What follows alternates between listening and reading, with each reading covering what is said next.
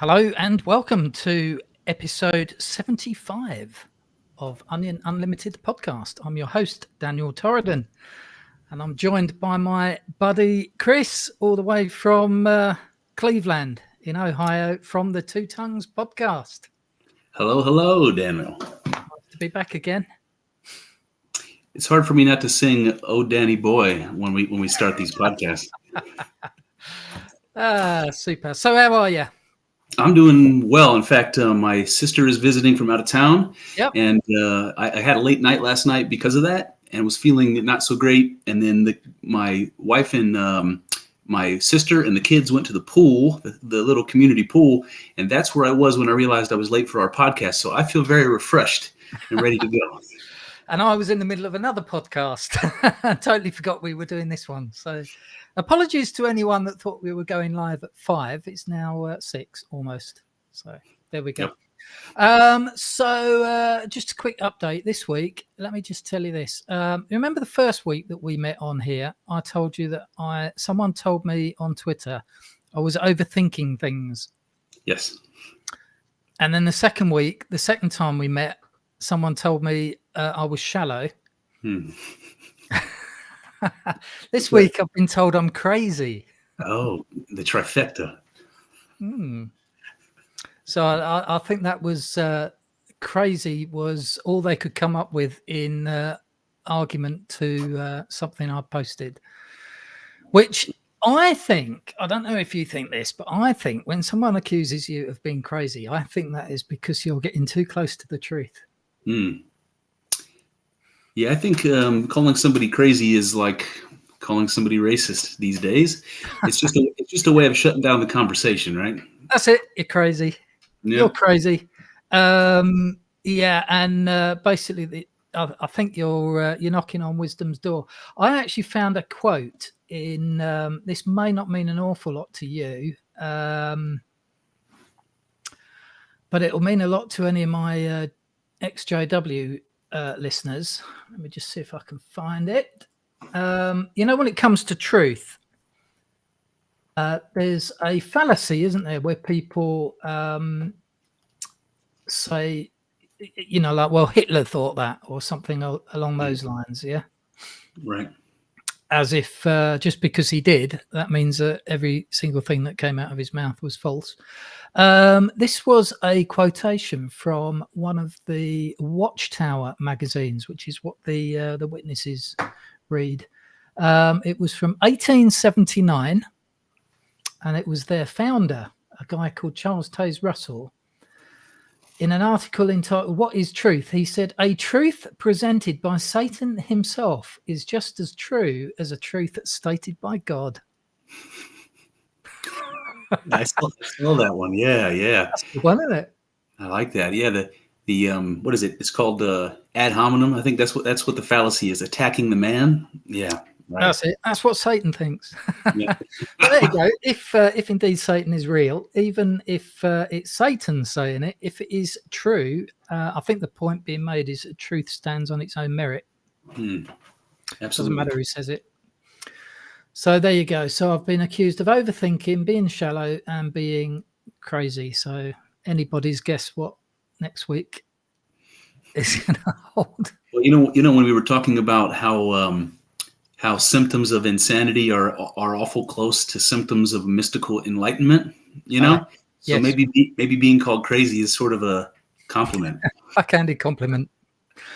I'll take that. I've been doing a bit of reading this week. I've been reading a book by a guy called Paul Wallace. I don't know if you've ever come across Paul Wallace.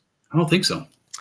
He's a writer and a speaker, and he's written written a number of books, but he's written a trilogy of books called the Eden books. The first one's entitled Escaping from Eden, and it follows on the thought that we were discussing the other week about the Elohim in Genesis 1 not being singular but being plural, and that it could actually refer to gods, not God. So that's quite an interesting one. Anything to say on that before I? Well, I just wanted to tell you, Daniel, I never heard the El Elyon phrase until you brought it up. Oh, really? Never encountered that particular phrase, and then I saw somebody in a tweet today use it. So I literally never encountered that before. Yeah, interesting, isn't it? It's Mm. it looks as though El Elyon was first used by Melchizedek, the king priest of Salem, before it became Jerusalem later. Oh. Obviously not an Israelite at the time, and it was Abraham that met this king priest Melchizedek. And Melchizedek refers to El Elyon, his God, and it literally means God Most High. And then it looks as though in the redacted version, it looks as though the redactors in the 4th or 5th century BCE have then got Abraham referring to El Elyon as Yahweh. So it looks as though they do that quite a bit. They identify the Most High God, and then some little redactor somewhere in Persia is slipping in Yahweh. No, it's funny. I don't know the ancient languages, so I could be wrong, but I know El means God, and El is the beginning of Elyon, and you say it means the Most High. And of course, I'm familiar with God being called the Most High. But what occurs to me is that the high gods were, for a big chunk of history and a big part of the world, they were sky gods. They were gods of the heavens, and they were gods of the sky.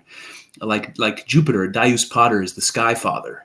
And so El Elyon means God Most High. There's a connection between the word God and high, which is probably a connection to the sky and origins of Yahweh or El being a sky god. That's pretty interesting.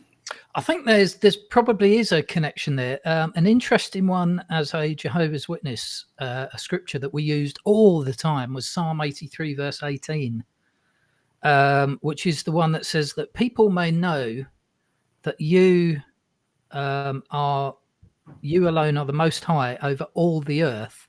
And it actually puts the Yahweh in there. You, Yahweh, are alone the Most High over all the earth. Oh, interesting. Most High, it always struck me as a bit strange that it said Most High over all the earth. It doesn't say over the heavens and the earth. It just says over the earth, which would kind of fit the demigod kind of role. Yeah, that's Yahweh kind of may interesting. well have been. Yeah. That's interesting. So, I've been reading all about that. Escaping from Eden. I've put a link on my books page on Onion Unlimited. And he also made a very interesting connection in one of his videos that I was watching. This is Paul Wallace again, about the connection between India and Israel and the fact that Jesus, during that kind of silent period between when he was a 11-year-old kid at the temple and when he suddenly pops up on the scene again at 30 years old, he may have been off in India learning some of the mystic arts. What do you make of that? Yeah, well, I have heard that. I think I might have mentioned it. I can't remember the specifics, but it was the name Isa that appears in Buddhist history, and there's some people who think that this Isa character who traveled there from from the west of China and Nepal, from the west, that could have been anywhere. It could have been anywhere in the Middle East, certainly. That Isa character's name sounds a whole lot like Jesus, and if you hear this histories that are spoken of about him, he sounds a bit like Jesus. He's he's a spiritual leader. He's somebody who's a learner, who's there to learn the spiritual truths of other people, and it reminds you a lot of like Socrates, who went to Egypt to learn, he went all over, but he wanted to learn from the wisest people all over the world, what their wisdom was. And I think that makes a lot of sense, doesn't it? It sure does. Yeah. There was some connection as well that Wallace made. Interesting connection. The wise men, or the magi, as they're referred to in Scripture, that visited Jesus as an infant. It says that they were wise men from the east and that they followed his star in order to find him. And the question comes up: why were Why were Eastern mystics interested in a Jewish Messiah? They wouldn't be. But they might be if there was some rumor that this infant may have been a reincarnation of the Buddha, which is a I'd never thought of that before. But he makes quite a good argument for that he may have been viewed by those in the East as a reincarnation of the Buddha, and when word got out, because by this time Jesus wasn't a baby, he was probably about 2 or 3 years old, living in a house at the time that the Magi came to see him. There's the nativity scene, isn't there, where they're visiting him in a manger, and he's a little baby in, swaddled up. That's actually completely wrong, apparently. He was somewhat older at the time. By the time the wise man reached him, right. So I have 2 things I can say about the Magi that are interesting, Daniel. The first one is, well, the second one's a little disappointing. The first one is this. The Magi is a word that the ancient Persians used for their priests, and they were Zoroastrian priests. And there's a lot of connections between Zoroastrianism and Judaism and Christianity that nobody really knows about. And we can talk about that. So, yes, please. So what you have is these people from the East. We don't know exactly where, but maybe they were coming from Baghdad. Maybe they were coming from Persia. Maybe they were coming, from somewhere like that. And these Zoroastrian priests show up to see the baby Jesus. They're a completely different culture, completely different language, completely different religion. And I always thought that was one of the coolest stories in all the Bible. And that leads me to point number 2. When I was in college, I went to an American Academy of Religion seminar with my professor. Shout out to Dr. Tim Davis. And we went to Chicago. We went to this seminar. And on the drive there, we got to talking. And I brought up the story. And he said to me, that was probably added to the scripture, the idea that these people were Magi, as a way of making it the appeal of Jesus cross-cultural. So it was probably not original. I don't know what the evidence of that is, but I got to tell you, it was the biggest bummer to hear that from somebody who I respected, So there's some things that will probably come up during this conversation when we get into Hermeticism. But while we're talking about Zoroastrianism, Daniel, what do you know about Zoroastrianism? Do you have any experience with that yet? At this point, 0. Okay. So I look forward to learning a bit about this. I have this week been looking at a philosophy known as New Thought or Higher Thought, which is where Hermeticism comes in. Okay. And it actually mentioned in that there's a connection with Zoroastrianism and Egyptology and Greece and so forth. But in terms of what I know about Zoroastrianism, no, 0. So please enlighten. Well, I'll just give you a handful of things that I learned when I was a teenager that still to this day blow my mind.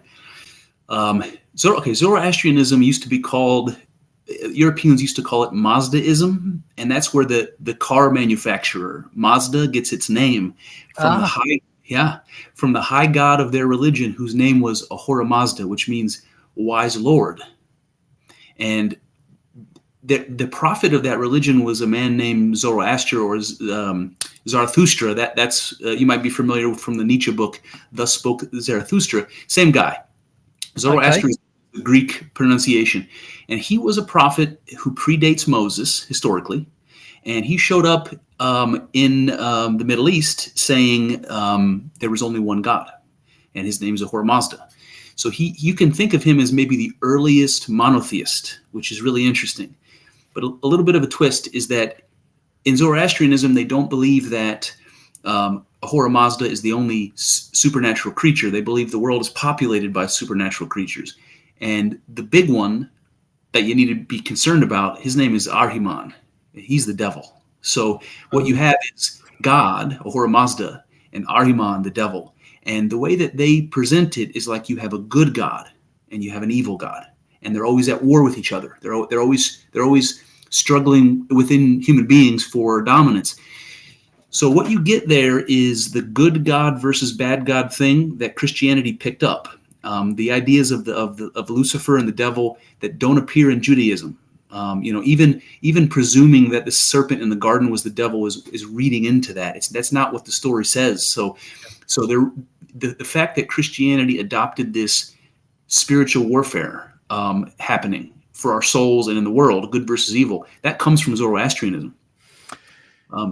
Okay, that makes a lot of sense, because try as I might, it's very difficult for me to find a God and Satan story with any great amount of information in the Old Testament. It's almost absent. I mean, the only place that really refers to a Satan as a kind of individual seems to be the Job story, which interestingly, Job, it says, was the greatest. I've got the scripture here, actually, Job 1:1-3. There was a man in the land of Uz whose name was Job. He was upright, a man of integrity who feared God and shunned what was bad. And it says he became the greatest of all the people of the East. So the one book in the Old Testament that tends to talk about Satan is actually based around an Eastern guy. That's interesting. It gets more interesting, Daniel, because the idea of hell, the idea of heaven and hell as a place for souls to exist after death, that doesn't exist in Judaism. Right. Period. Okay.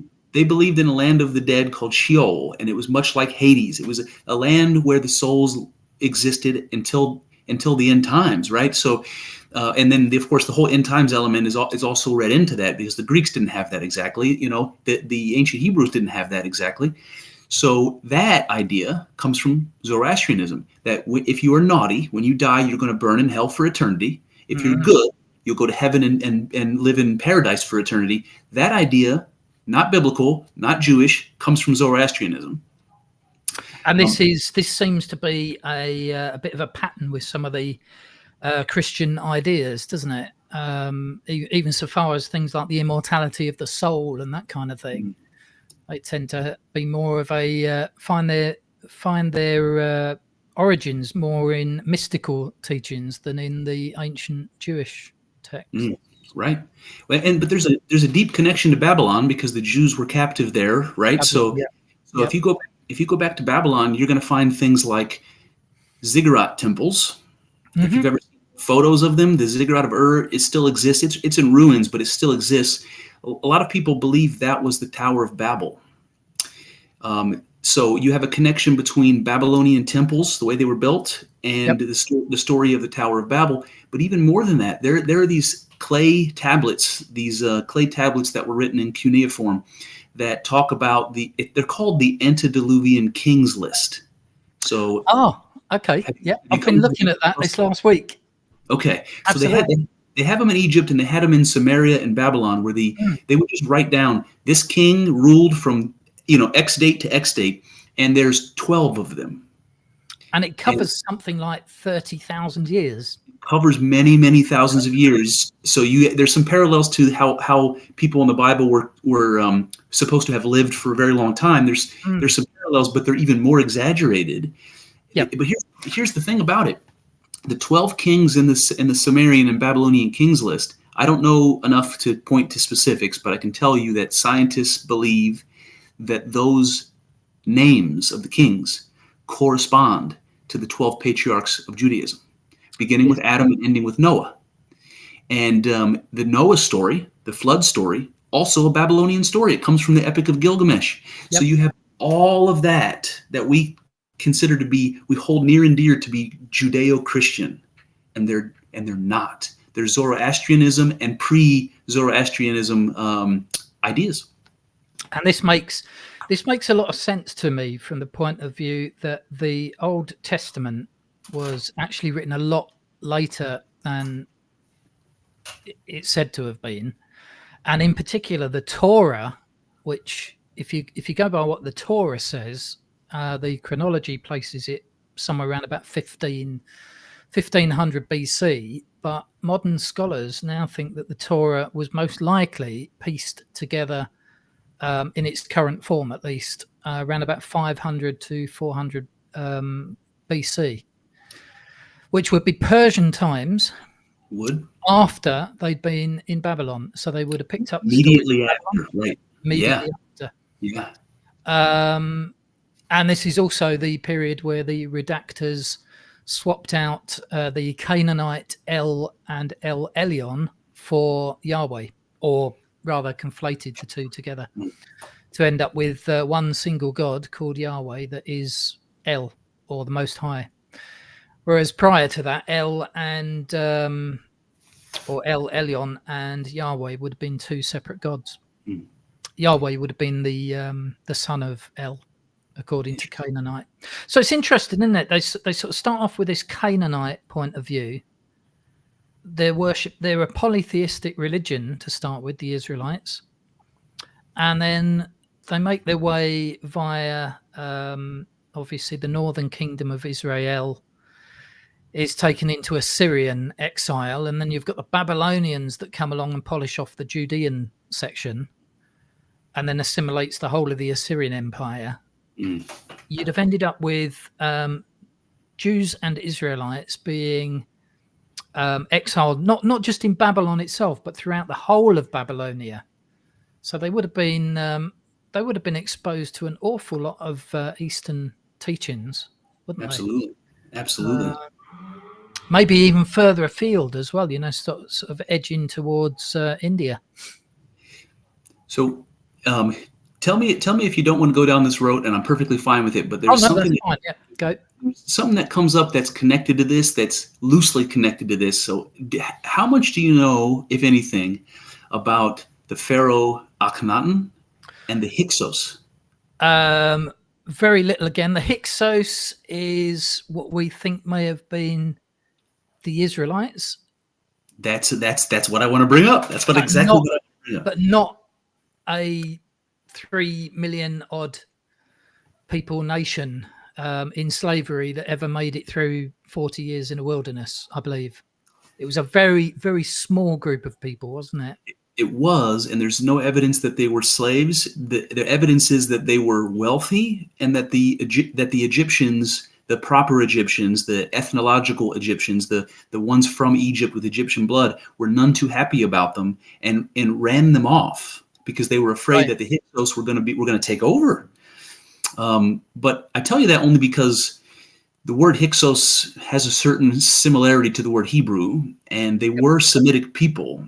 And the Egyptians fought with lots of Semitic people, during the ancient Egyptian period. And these Hyksos people,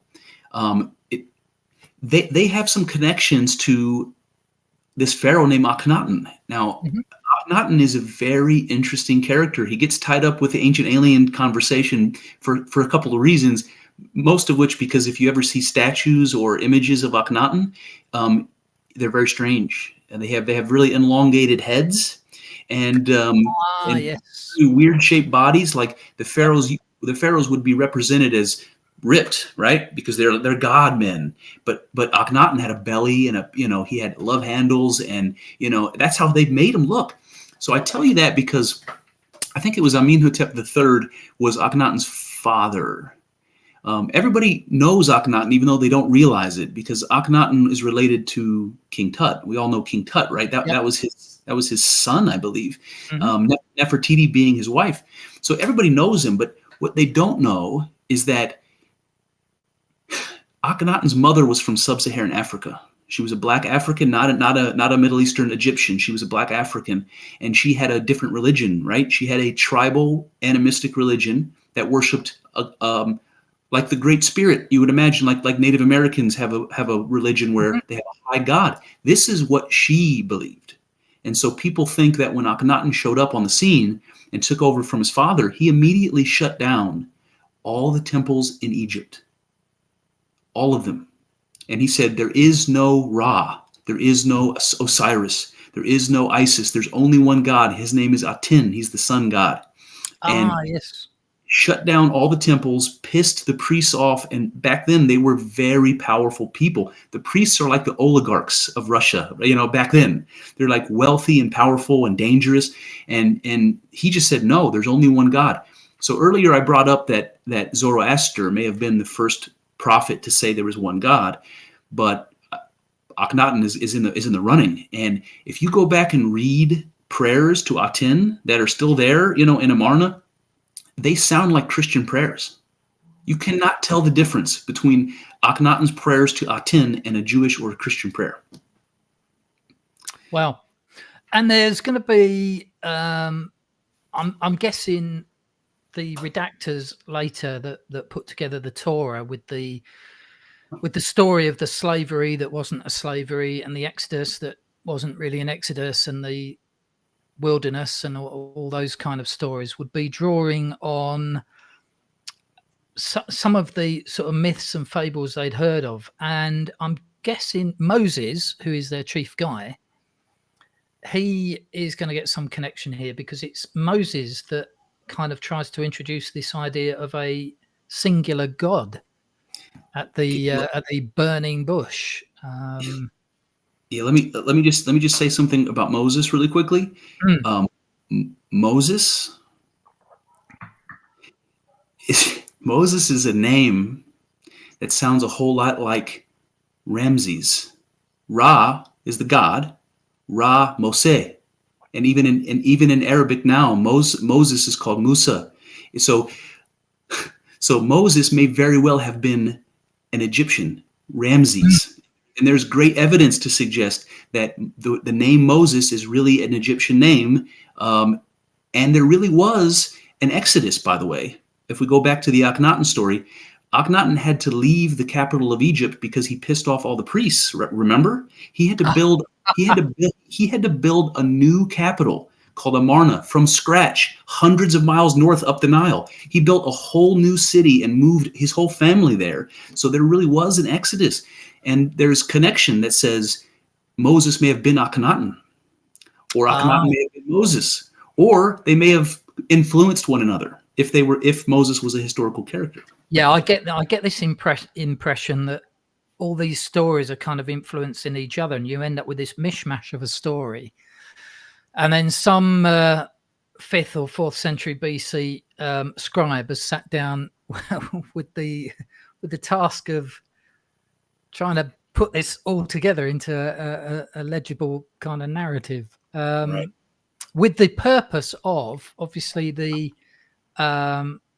Persians of the time were big on repatriation. They wanted the Jews to, and the Israelites to go back to their homeland, but they're not just going to say, go back to your homeland and sort of make it up as you go along. They want to see, first of all, an origin story in print, and they also want a set of laws, so that when they release the exiles back to their homeland, it doesn't just sort of degenerate into anarchy. Smart. So you've got a scribe there sitting there pulling off all these Eastern stories and the Egyptian stories from down in the south, and putting it all together into a nice little Torah for the Jews to live by. And what amazes me as well is they went to all that extent to end up with a single God, Yahweh, to try and get away from these Canaanite pantheons and the Egyptian gods and all the rest of it. Let's just stick with Yahweh.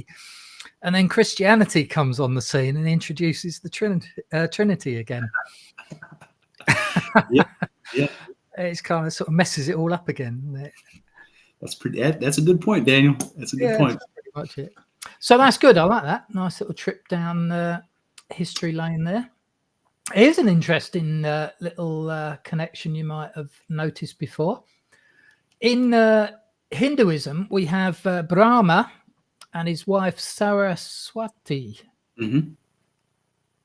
Have you ever noticed how similar that is to Abraham and Sarah? I'm telling you, you completely blew my mind. So I can show you this, but I don't know if you can see it on the notes that you sent me for the conversation today. Mm-hmm. That section, I put a little note next to it. wow, with an exclamation point. I have never considered that. That is absolutely amazing to me. There's something to that. I don't know what, but there's something to that. There is something to it. There's a guy I actually did a retweet this week because it was so good. If you go to my I Have Many Layers Twitter feed, you'll need to scroll down a little bit. But there's a guy called at India Art History, and he's actually posted a thread of the similarities between Abraham and Sarah and Brahma and Saraswati. I'm going to follow that guy for sure. Yeah, so it's at India Art History. So that's good. So yeah, I've been reading a lot about some of these connections between the East and Israel. I've just ordered a new book that I haven't started yet called God and Anatomy. It's a really thick book. It's like kind of 1,000 pages thick, I think. And it's all about Yahweh and El and Elohim and Ashtoreth, which I think we were talking about. Yes. Apparently Yahweh had a wife, or at least a consort, called Ashtoreth, the fertility goddess. So I don't know if you want to get me started on fertility goddesses. Go on. I have one tattoo. I have one tattooed on my arm, Daniel. Oh, very nice. Yeah, that's the Venus of Brassenpoil on my arm. Okay, so I don't know if you're a Dan Brown fan, but I was during the heyday of Da Vinci Code and all that. I was a Dan Brown fan. But he was the first person that brought to my consciousness the idea of the divine feminine. And when it first got introduced to me, I wasn't sure about it. I thought to myself, why give God a gender? That seems strange. Calling God a man or a woman is wrong. Something's wrong about that. But calling God a man and presuming that there is no feminine aspect to God, that's also kind of wrong. You know, it's incomplete. Yeah. So imagining God as both male and female, it started to slowly make more sense to me. And I never realized that we cut out the feminine part of the belief system. And, you know, there's all sorts of things we could say about that, you know, the patriarchy and all that. But at some point we did. We removed the feminine aspect from God. And if you go back historically, the feminine aspect of God has always been the paramount one.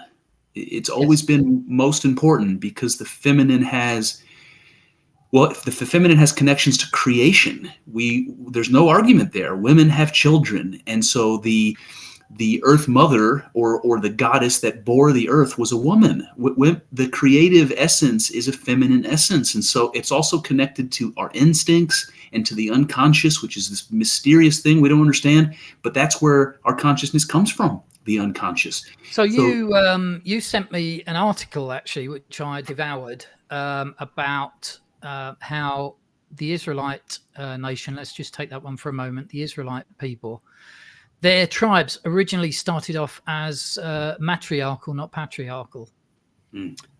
Basically, the women were in charge, and they had their various different tribes. And apparently, if I've got this right, what they did is they used to loan men from their tribe to other tribes to go and do a bit of hunting or warring or whatever. And while they were on loan to another tribe, they would actually get a temporary wife for 6 months or whatever. This was in that article you sent me. So they'd be doing their warring and their sort of on a subcontract basis, but they'd still have the pleasures of home. And when their time was up, so it would be a contracted time, 6 months or a year or whatever. When they got home from war or from hunting, the way they knew that their time was up was that their temporary wife would turn her tent around so that the entrance was facing the wrong direction. And that was a sign, your time's up. You need to go back to your original tribe now. But when they got back to their original tribe, they often found that their real wife was with another guy from another tribe that was on loan. So it's funny. I've been encountering this idea recently. I've been reading a lot of Carl Jung's pupils. I've been reading a guy named Edward Edinger, who wrote about Greek myths and their psychological meaning from a Jungian perspective. And I've been reading a lady named Louise von Franz, who does the same thing with fairy tales. And I've been reading Eric Neumann, who was basically Jung's star pupil. And he wrote like the greatest book on Jungian philosophy ever. It's called The Origin and History of Consciousness. It's amazing. And they talk about this. It's called exogamy. And that's a word I've only ever seen written, but it's when people, if you go back far enough in history, when tribal people lived in the early days, in the Stone Age, they were matriarchal. Like you said, the women were the most well-regarded people in the community because they had the babies, right? They had the babies. That's it. It's hard to argue that's the most important role in the tribe, right? Having more people. And so what they would do is they would have this process that we call exogamy, where once a man was of age where he was going to take a wife, you would get kicked out of the tribe. And it wasn't like you're shunned. It was like, go find a wife in another tribe. And that was done, well, it was a cultural thing, but you can imagine it was done to make the gene pool better, right? Yeah. You don't want to inbreed in your tribe for hundreds and hundreds of years. That's not going to be a good thing. So they figured out the solution to that was to send their men away. And they would go join other tribes and take wives and have kids. And that was spreading out, the gene pool. So that's how things were when women ran the show. That's how things were. Then gradually what's happened over time, it became patriarchal. Mm-hmm. So by the time you get into the Bible stories, it's all the men are all in charge, aren't they? Yeah. But, sorry, I was going to say that Neumann fella has an explanation. He has an idea as to why things changed from matriarchy to patriarchy. Mm-hmm. He basically just says that men had to go out and hunt, and they had to create communities with other men, and they had to live in a way that was, Neumann describes it as more conscious. Right. But in contrast to more instinctual, right? Women live in this highly instinctual world where they have to be attuned to the needs of their babies, certainly, but of the community. And it's almost like thinking it takes too long. They have to be instinctual. They have to act, Right. Where men were exposed to danger. They were out traveling, exposed to unknown dangers all the time. They had to form bonds with each other and learn about, well, whatever they needed to learn to be successful hunters and to not die. The women back home didn't have to do that. So men eventually created male groups that became more and more important. They're bringing back the meat, they're bringing back new technology because they're out there struggling against odds that the women aren't. And so they created a powerful group that rose up and took over. Whether that's true, I don't know. Interesting point you're making there between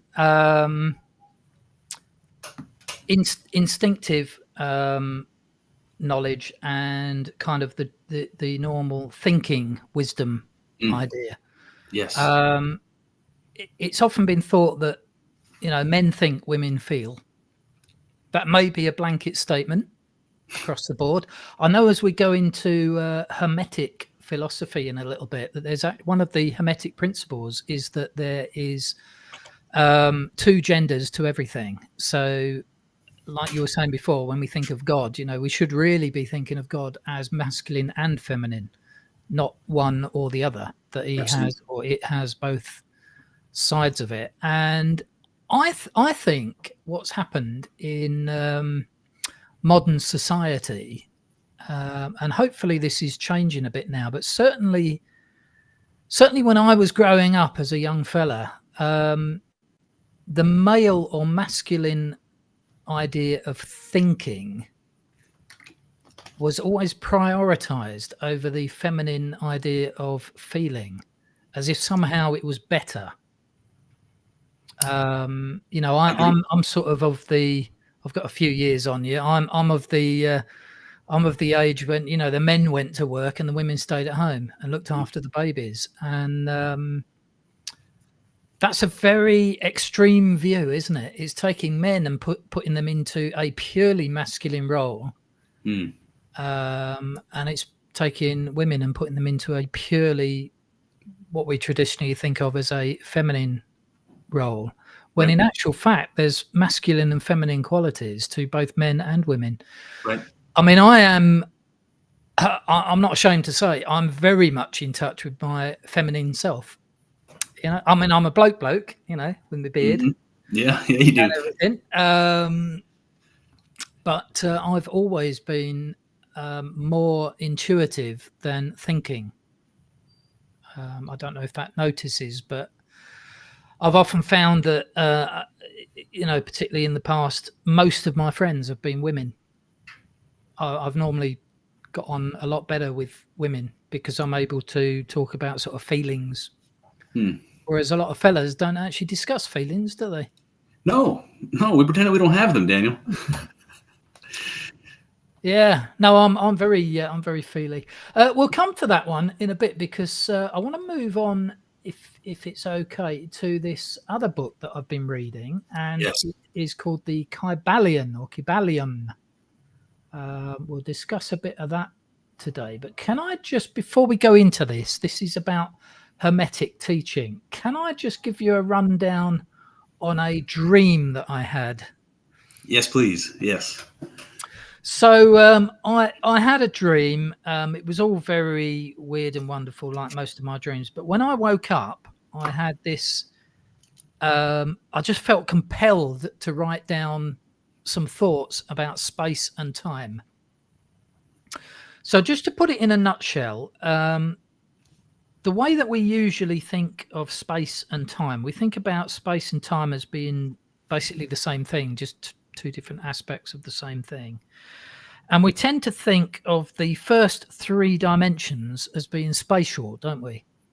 Right. So you have a plane forward and backwards, you have a plane upwards and downwards, and you have a plane left and rightwards. And then the fourth dimension is thought of as time. Right. So that's the current view. And I'm okay with that, absolutely okay with that. But this dream I had suggested that we could look at space and time in another way. Let's hear it. So if you start with, let me just start with, you take a piece of paper and you draw a dot in the middle of the piece of paper, and this dot is not moving. The dot is just there on its own. Okay. We can think of that dot as one dimensional. We can think of that dot as an action, or we can think of it as a conscious thought, but it's not going anywhere. It just is. Yep. It's just a dot on the page. Okay. So let's call that the first dimension.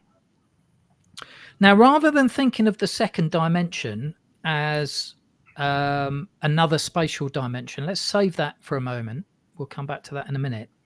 Let's think of the second dimension as something which has an effect on the first dimension, that being time.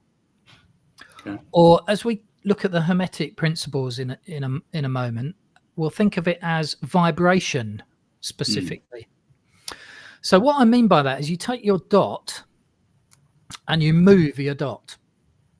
Okay. And we'll give it a limitation. We'll say you're only allowed to move that dot forward. So let's say forward. Okay. Yep. You're not allowed to move it backward, only forward.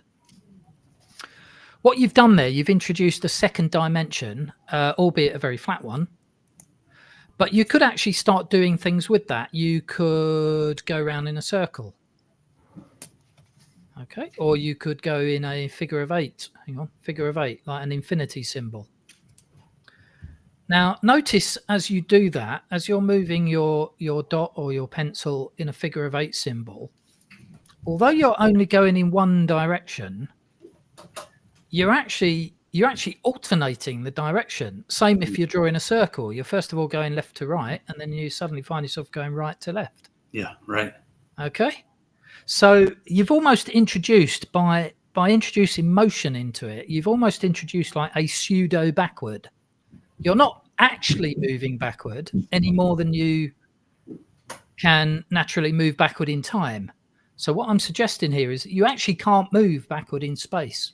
You can only move forward in space, but you can alternate the movement such that it gives the impression that you're going backwards. Sure. Now, if you were to do that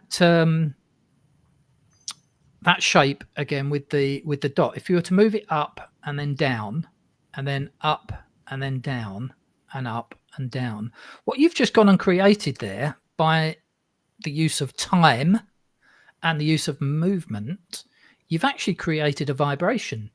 That looks very much like a sine wave. Sure does. Yeah. So that's 1D and 2D. We'll get onto that a little bit more later.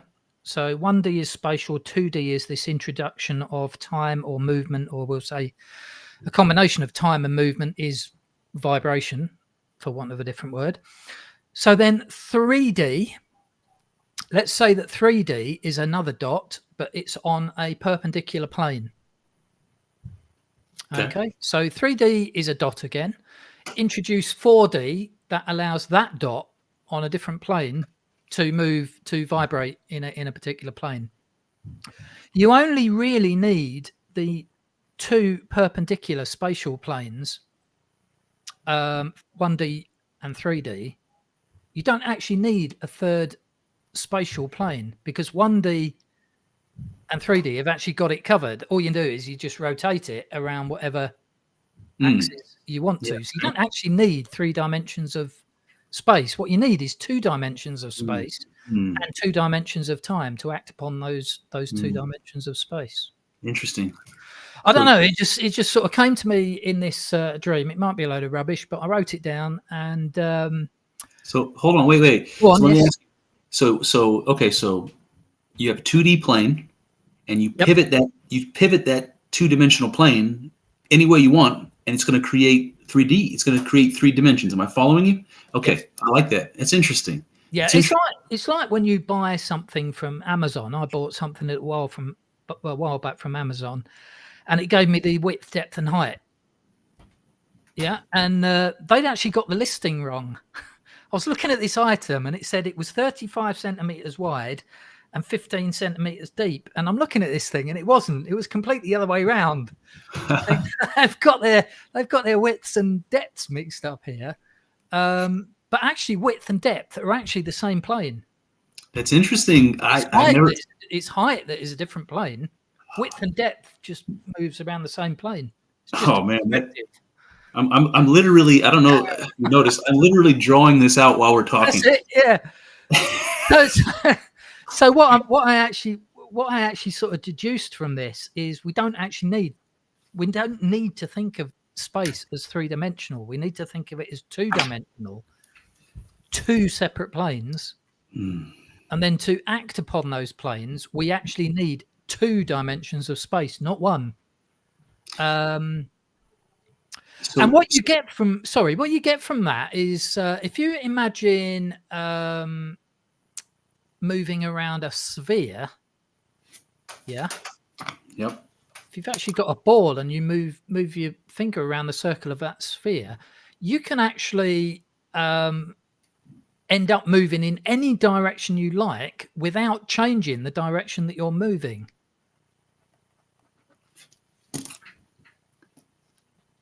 Simply by coming back on itself and then going the opposite way round, and then over and then the other way round. Right. So as long as you've got those 2 planes, and you can introduce time and movement on the 2 planes, you've pretty much got everything covered. So can I dig into this time and motion, because that's what's I'm having trouble wrapping my brain around right now. So I can see when you were explaining to me 1D and 2D, I picked up 1D is static, and the difference between 1D and 2D is motion. Yes. So that seems to require time. Motion seems to require time, and I'm not exactly sure why or what that means, but that's interesting. Right. What that means from a 2-dimensional perspective of time is basically what we experience in our 4-dimensional existence. We can only experience time in one direction. Right. Can't go backwards. We have the impression that we can go backwards in space, but that can't be possible because space and time are completely interrelated. If you can't go backwards in time, you can't go backwards in space. So when we actually think we're moving backwards in space, actually what we're doing, we're still moving in the same direction. Certainly moving in the same direction in time, aren't we? Yes. And it's just an illusion that we're moving backwards in space. That's interesting. What we've done is basically loop back on ourselves. Yeah. In order Yeah. to go backwards. What we haven't done is stop, disengage, come back, and then move backwards. We can't do that. We're kind of trapped in this constantly forward movement, whether that's spatial or time. So let me ask you this question. I'm conflating motion and time in a very difficult way in my mind, and this is what I want to ask you about. I think about time as a record of change. So time is transformation. Yes. That's what we mean, because if it's like, what's different between one moment and another? Well, it's a different moment, and everything's different. Everything is constantly changing. So time seems to be a measurement of change, and I'm not sure what else it is. Okay. What I'll just do. We're going to move on to Hermeticism in a little bit.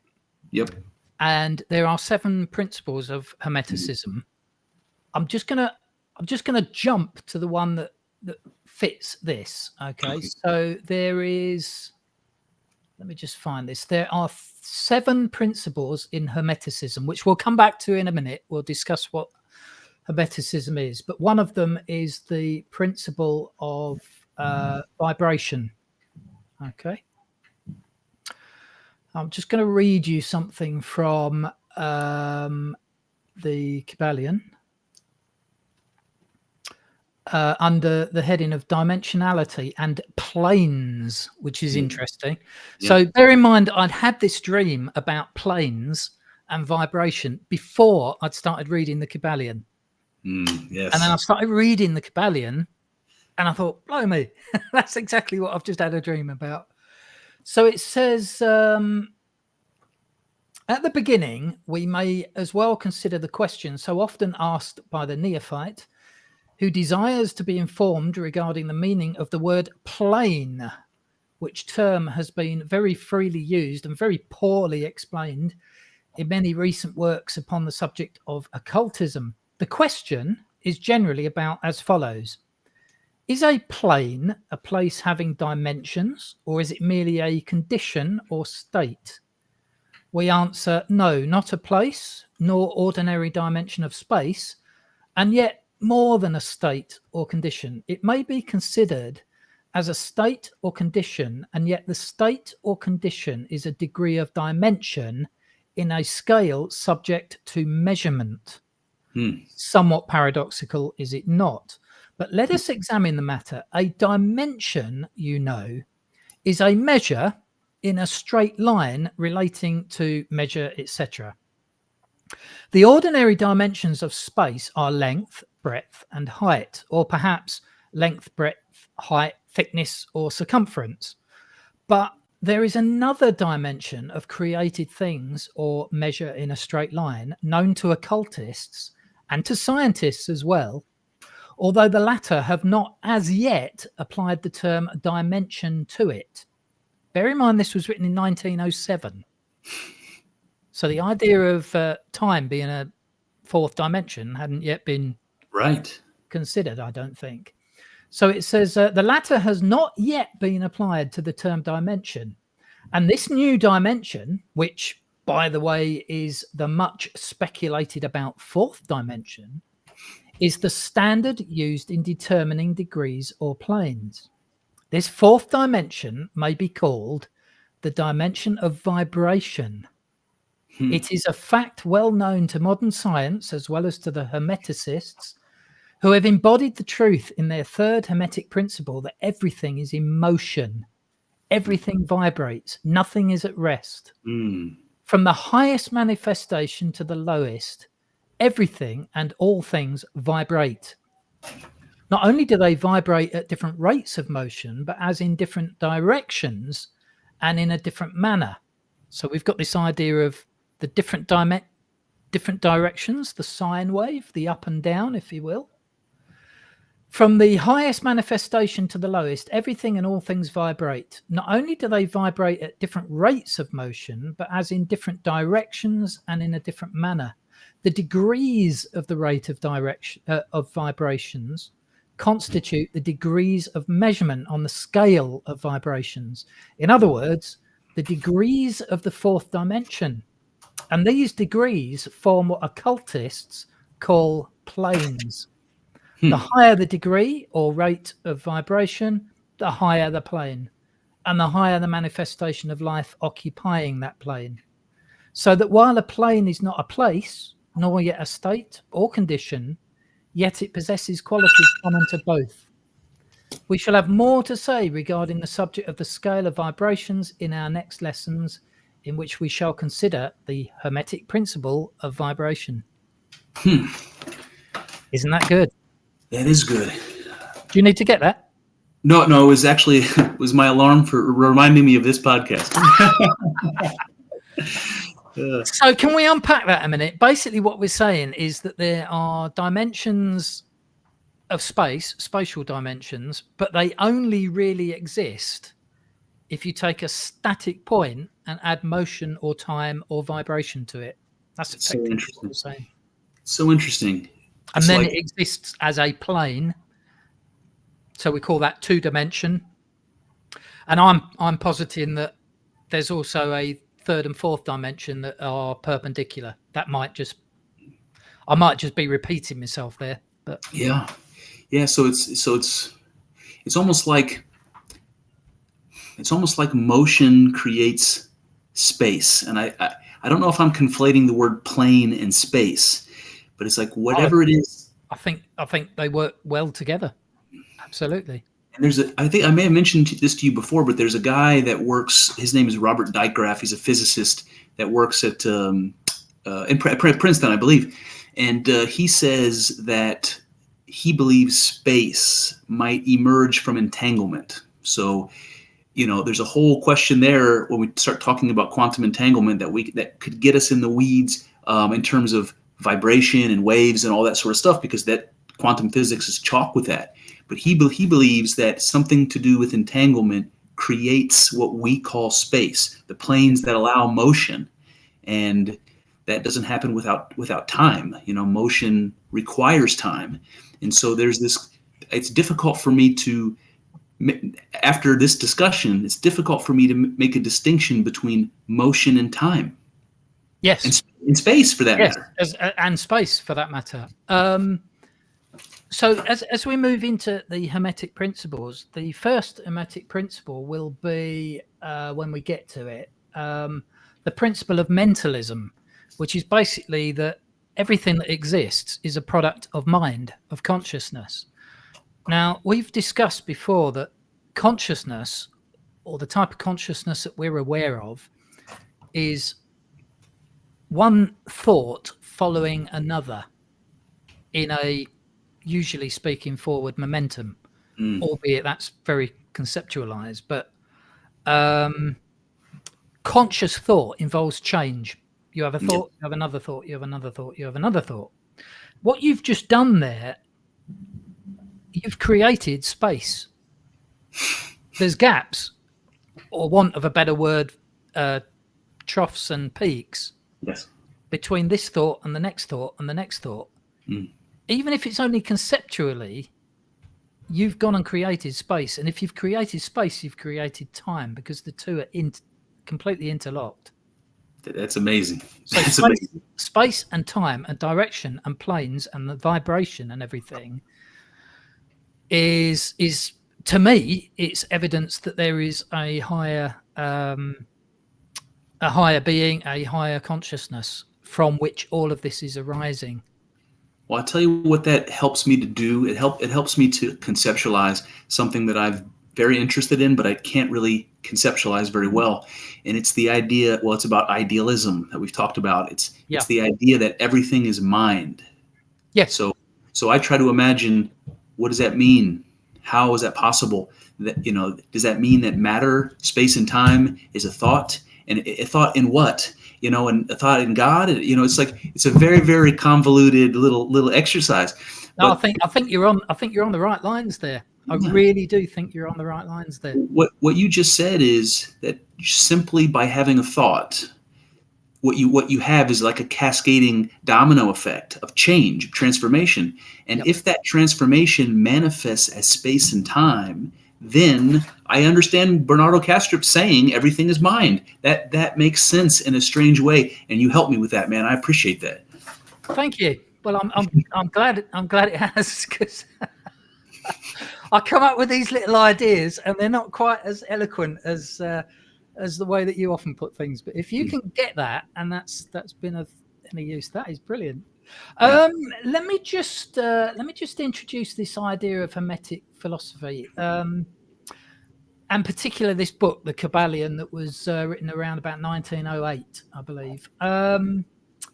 So the full title of the book is The Kybalion, A Study of Hermetic Philosophy of Ancient Egypt and Greece. Bit of a mouthful.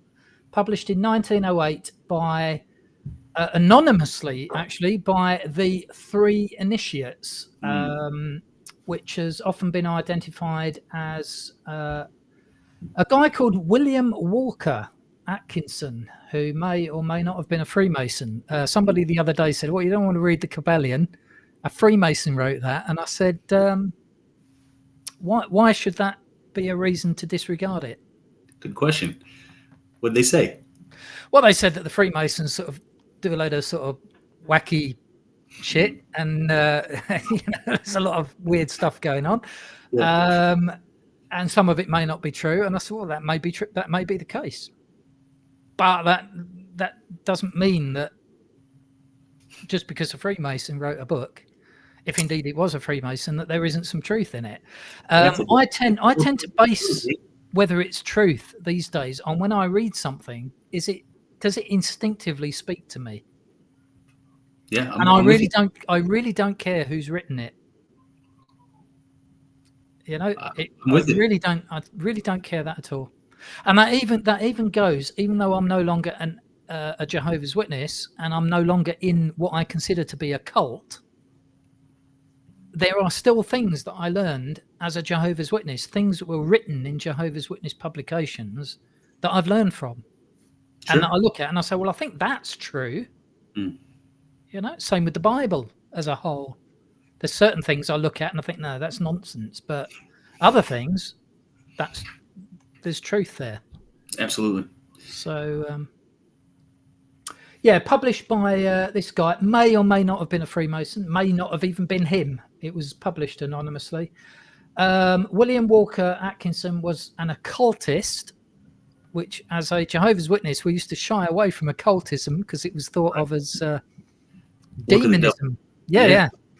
But this week I just realised that I'm an occultist. I guess you and me both. Yeah, so that's good. Basically, he was a lawyer.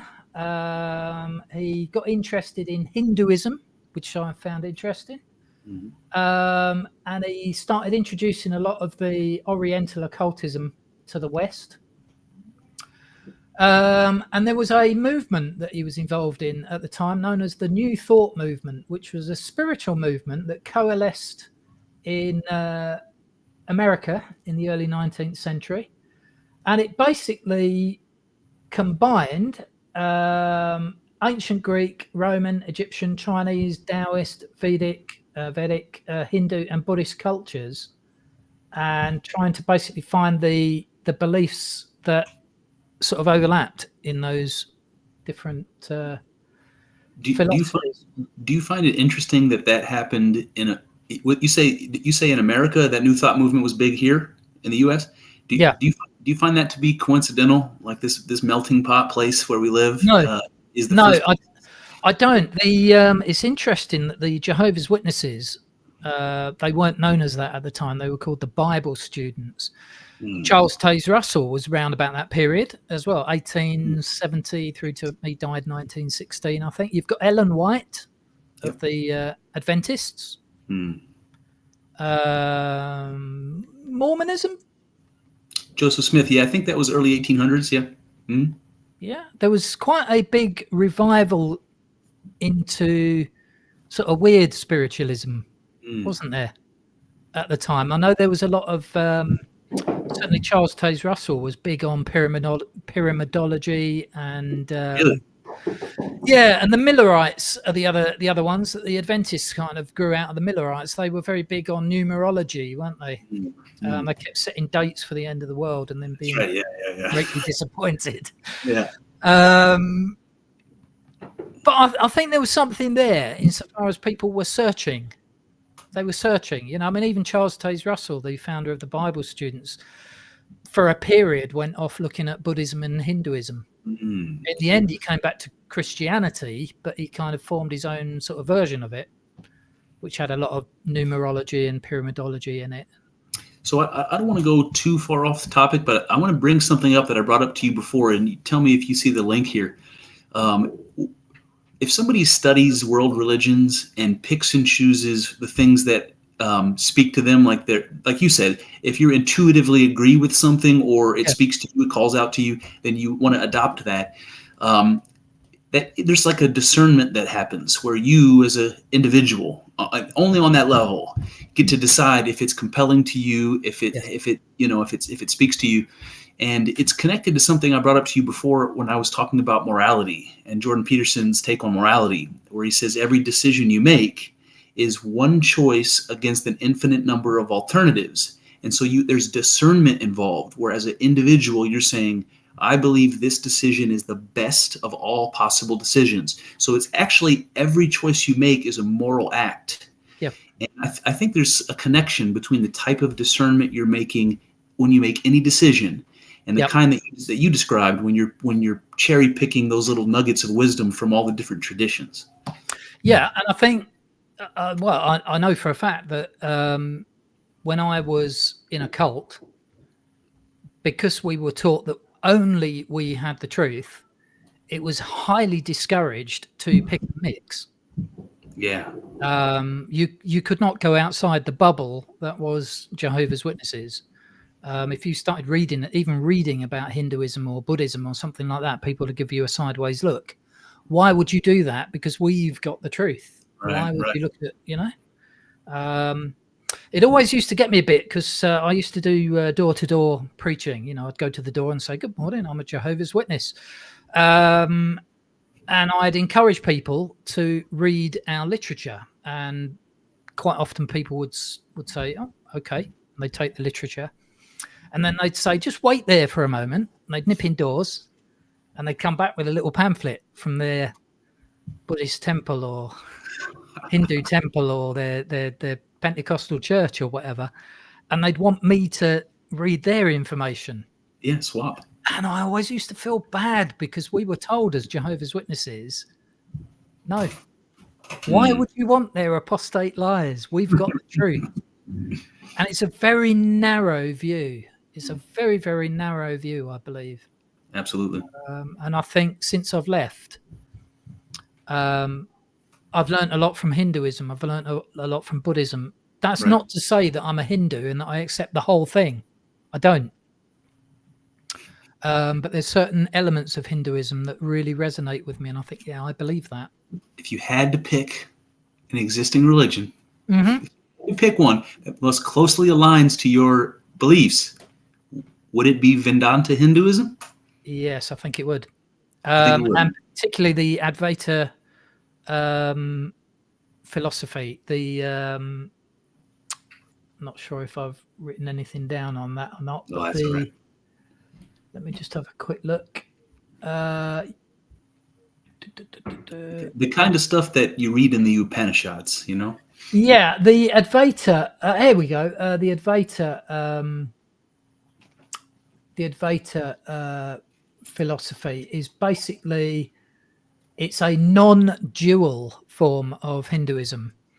So it doesn't attempt to say that there are many and we are all one. It's actually the opposite of that. There is only one, and the many that comes from the one is just an illusion. Yeah, effectively. Yeah. And I buy into that, I think. Yeah, I agree. I agree. Yeah. So the New Thought movement that Atkinson was a proponent of at the time, it had four main beliefs. Number one was that God or infinite intelligence is supreme, universal, and everlasting.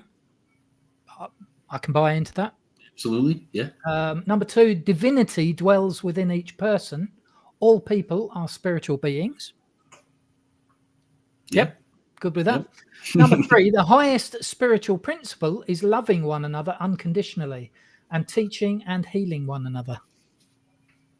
Yeah. Yep. Golden rule. Yeah, that's right. And then number four, our mental states are carried forward into manifestation and become our experience in daily living. Say that again. Our mental states are carried forward into manifestation and become our experience in daily living. Love it. Love it. That's panpsychism, man. Panpsychism, law of attraction, whatever you want to call it. Yeah.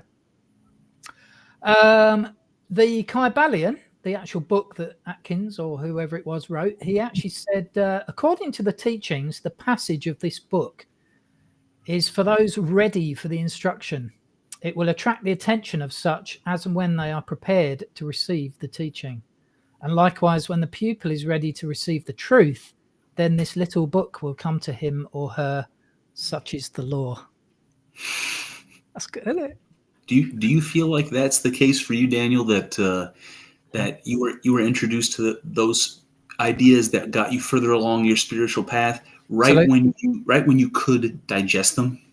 Yeah, I've got a good friend on Twitter called Peter from Australia, and hello, Peter. He's been banging on at me for months and months about the Kybalion and the Emerald Tablets of Thoth or something. Oh yeah, and, yeah. And it's kind of been over my head. But I've been kind of piecing together these different sort of principles: mentalism and correspondence and vibration and polarity and rhythm and cause and effect and gender. And unbeknownst to me, that actually is the basis of Hermeticism and the basis of this book, the Kybalion. And just the other day, he sent me a link to the Kybalion, and I started reading it, thinking, "Hang on a minute, did I write this?" It's like it literally is when you're reading it. It's like it's almost like something you've written yourself. It's that it speaks to you that closely. And I think when that occurs to you with a book, that is life-changing, isn't it? Absolutely. Yeah, it happened to me with Maps of Meaning, Jordan Peterson's book, and also that Neumann book. Yeah. Maps of Meaning. That's one for my list. Yeah. So shall we work through the Kybalion, just the 7 principles? I think so. Yeah. Because I want to actually talk about the Emerald Tablet of Hermes at the end if we can. So as long as very good. Okay, yeah. So we'll come back to Hermes and the Emerald Tablet at the end.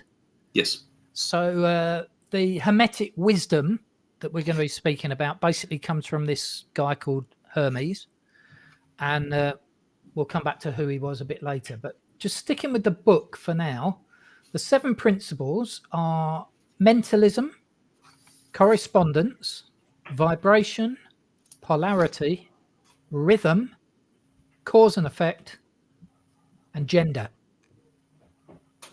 Okay. So the first one, the principle of mentalism, embodies the truth that all is mind. That the all is the substantial reality underlying all outward manifestations. And this principle explains the true nature of energy, power, and matter. And I think I've heard you say a lot of times, all is mind. And yes, I've made a connection between mind and energy frequencies, if you will, and matter. And I often talk about it as the divine matrix. Yes. Yeah, I use that phrase too. The matrix of being. Sometimes that's what I'll say. Yeah. Mm-hmm. Yeah, and it's like it sort of pictures in my mind. I get this picture of a kind of grid or a web or a mesh which represents, I suppose, consciousness, if you will, or mind. And then somehow it's kind of the actual thoughts that arise is like the matrix actually being agitated or aggravated. Yes. And, something comes to my mind when I'm picturing the wave. You talked about that already many times, but the up and down, you got peaks and troughs. And, it occurs to me that a peak and a trough are opposites. And the separation of opposites is something that we continue to come back to when we're talking about God and creation, not only the creation of the cosmos, but the creation of consciousness. That the symbol there is the Ouroboros, the union of opposites, and that you can see it in the wave pattern. And if you plug me up to a brain scan, the name of which I can't come up with off the top of my head, but that's what you would see, right? That's what you would see. It's amazing. Yep, that's it. Effectively, it ties in with vibration that we'll have a look at in a little bit as well. But this sort of basic idea that underneath everything there is what the Kybalion refers to as the all. I refer to it as source or the whole. And that is all there is in reality. There's basically two perspectives of looking at this. There's the absolute perspective, and then there's which is that there is only one all. And then there's the relative perspective, which is what we're more familiar with, which is when we look at the all from different perspectives and we come up with a million different truths. Yes. And it just depends on what perspective you're looking at the thing, but you are only looking at the same thing. So basically energy is the same as matter, is Absolutely. The same as time, is the same as vibration, is the same as the laws of forces. It's one thing. Do you remember when I brought up the analogy of the instrument playing itself? Yes. So I imagine that matrix of being, call that space-time, call that God, call that whatever you want. It's the thing that makes experience possible. It's potential, whatever that means. Yes. That plane, that infinite plane, gets, like you say, agitated, right? It gets energy moving through it and the waves moving. And what I picture is the instrument playing itself, right? It's God in the most abstract sense, and the excitements of that fabric, whatever, I don't know what word you want to use. Fabric is a good word, yeah. Sure. The excitements of that fabric are caused by the fabric, right? It's like it's the instrument playing itself. And this is interesting because it has to be internal. There cannot be an external player, because if there was, that would be the absolute. Right. And then you'd be saying, has this got a player? Exactly. Then that would be the absolute. So basically when God, for want of a better word, or source creates, it's a mental creation. It's not using anything that already exists. It's not taking physical matter and forming it into something, or taking a bit of itself and forming it into something. If it was to do that, it would diminish itself. Right. That's not how creation occurs. Creation is a mental aspect. That's effectively what Hermeticism is saying. It's God's thought. God's thought. Yeah, yeah. Brilliant. Love that one. Number 2 is the principle of correspondence. I think you've mentioned this one before, actually. As above, so below. As below, so above. There are planes beyond our knowing, but when we apply the principle of correspondence to them, we are able to understand much that would otherwise be unknowable to us.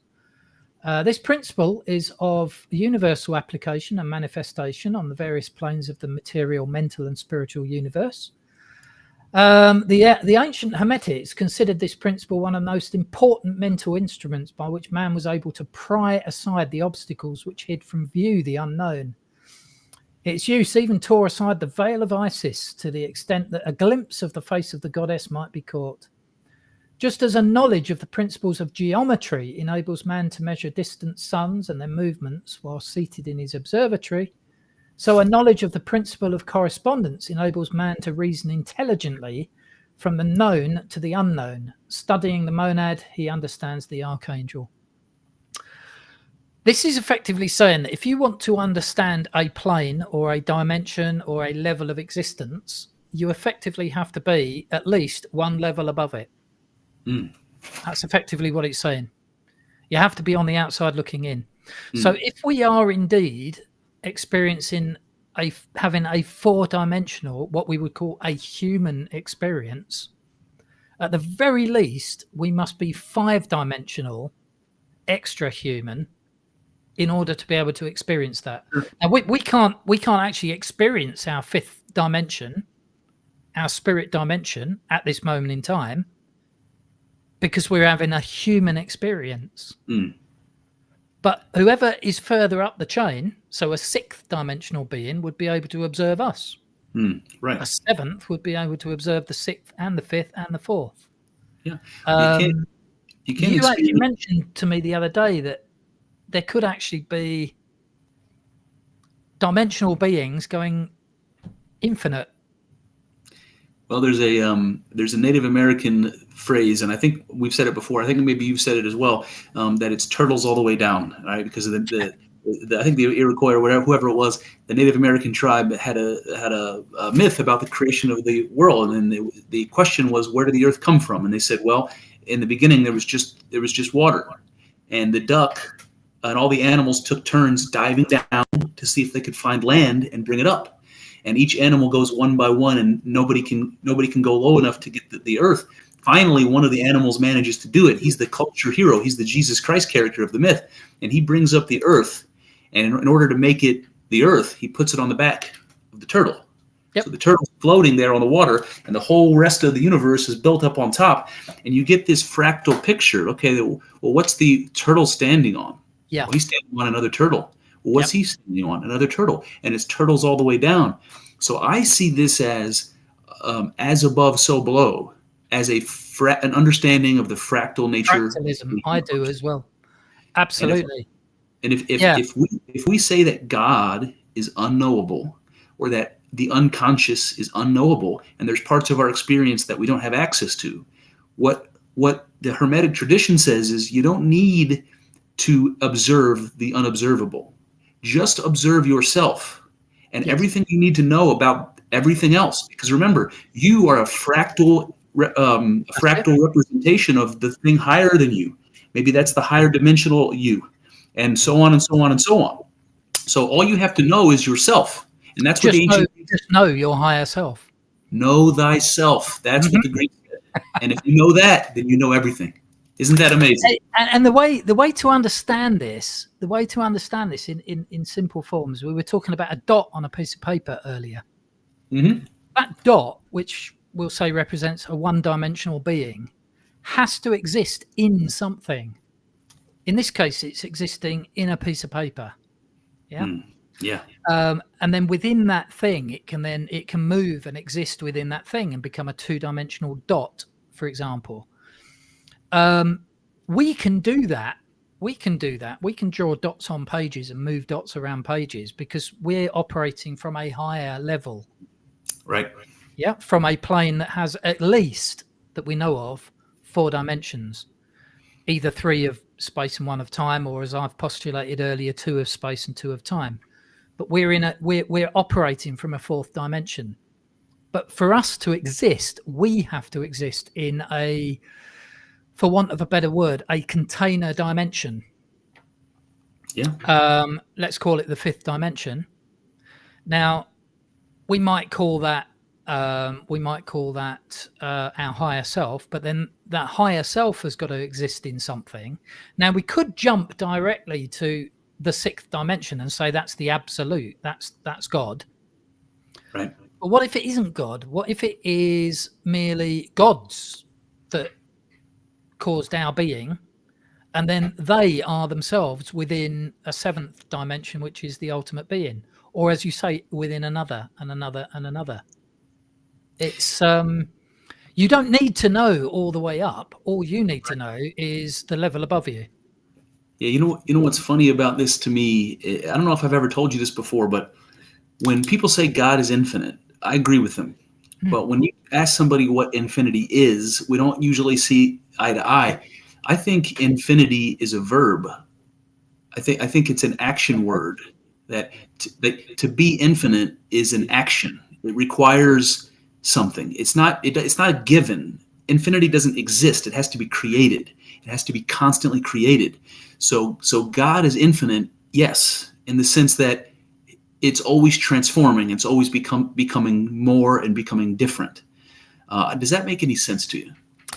It does. That might actually explain why.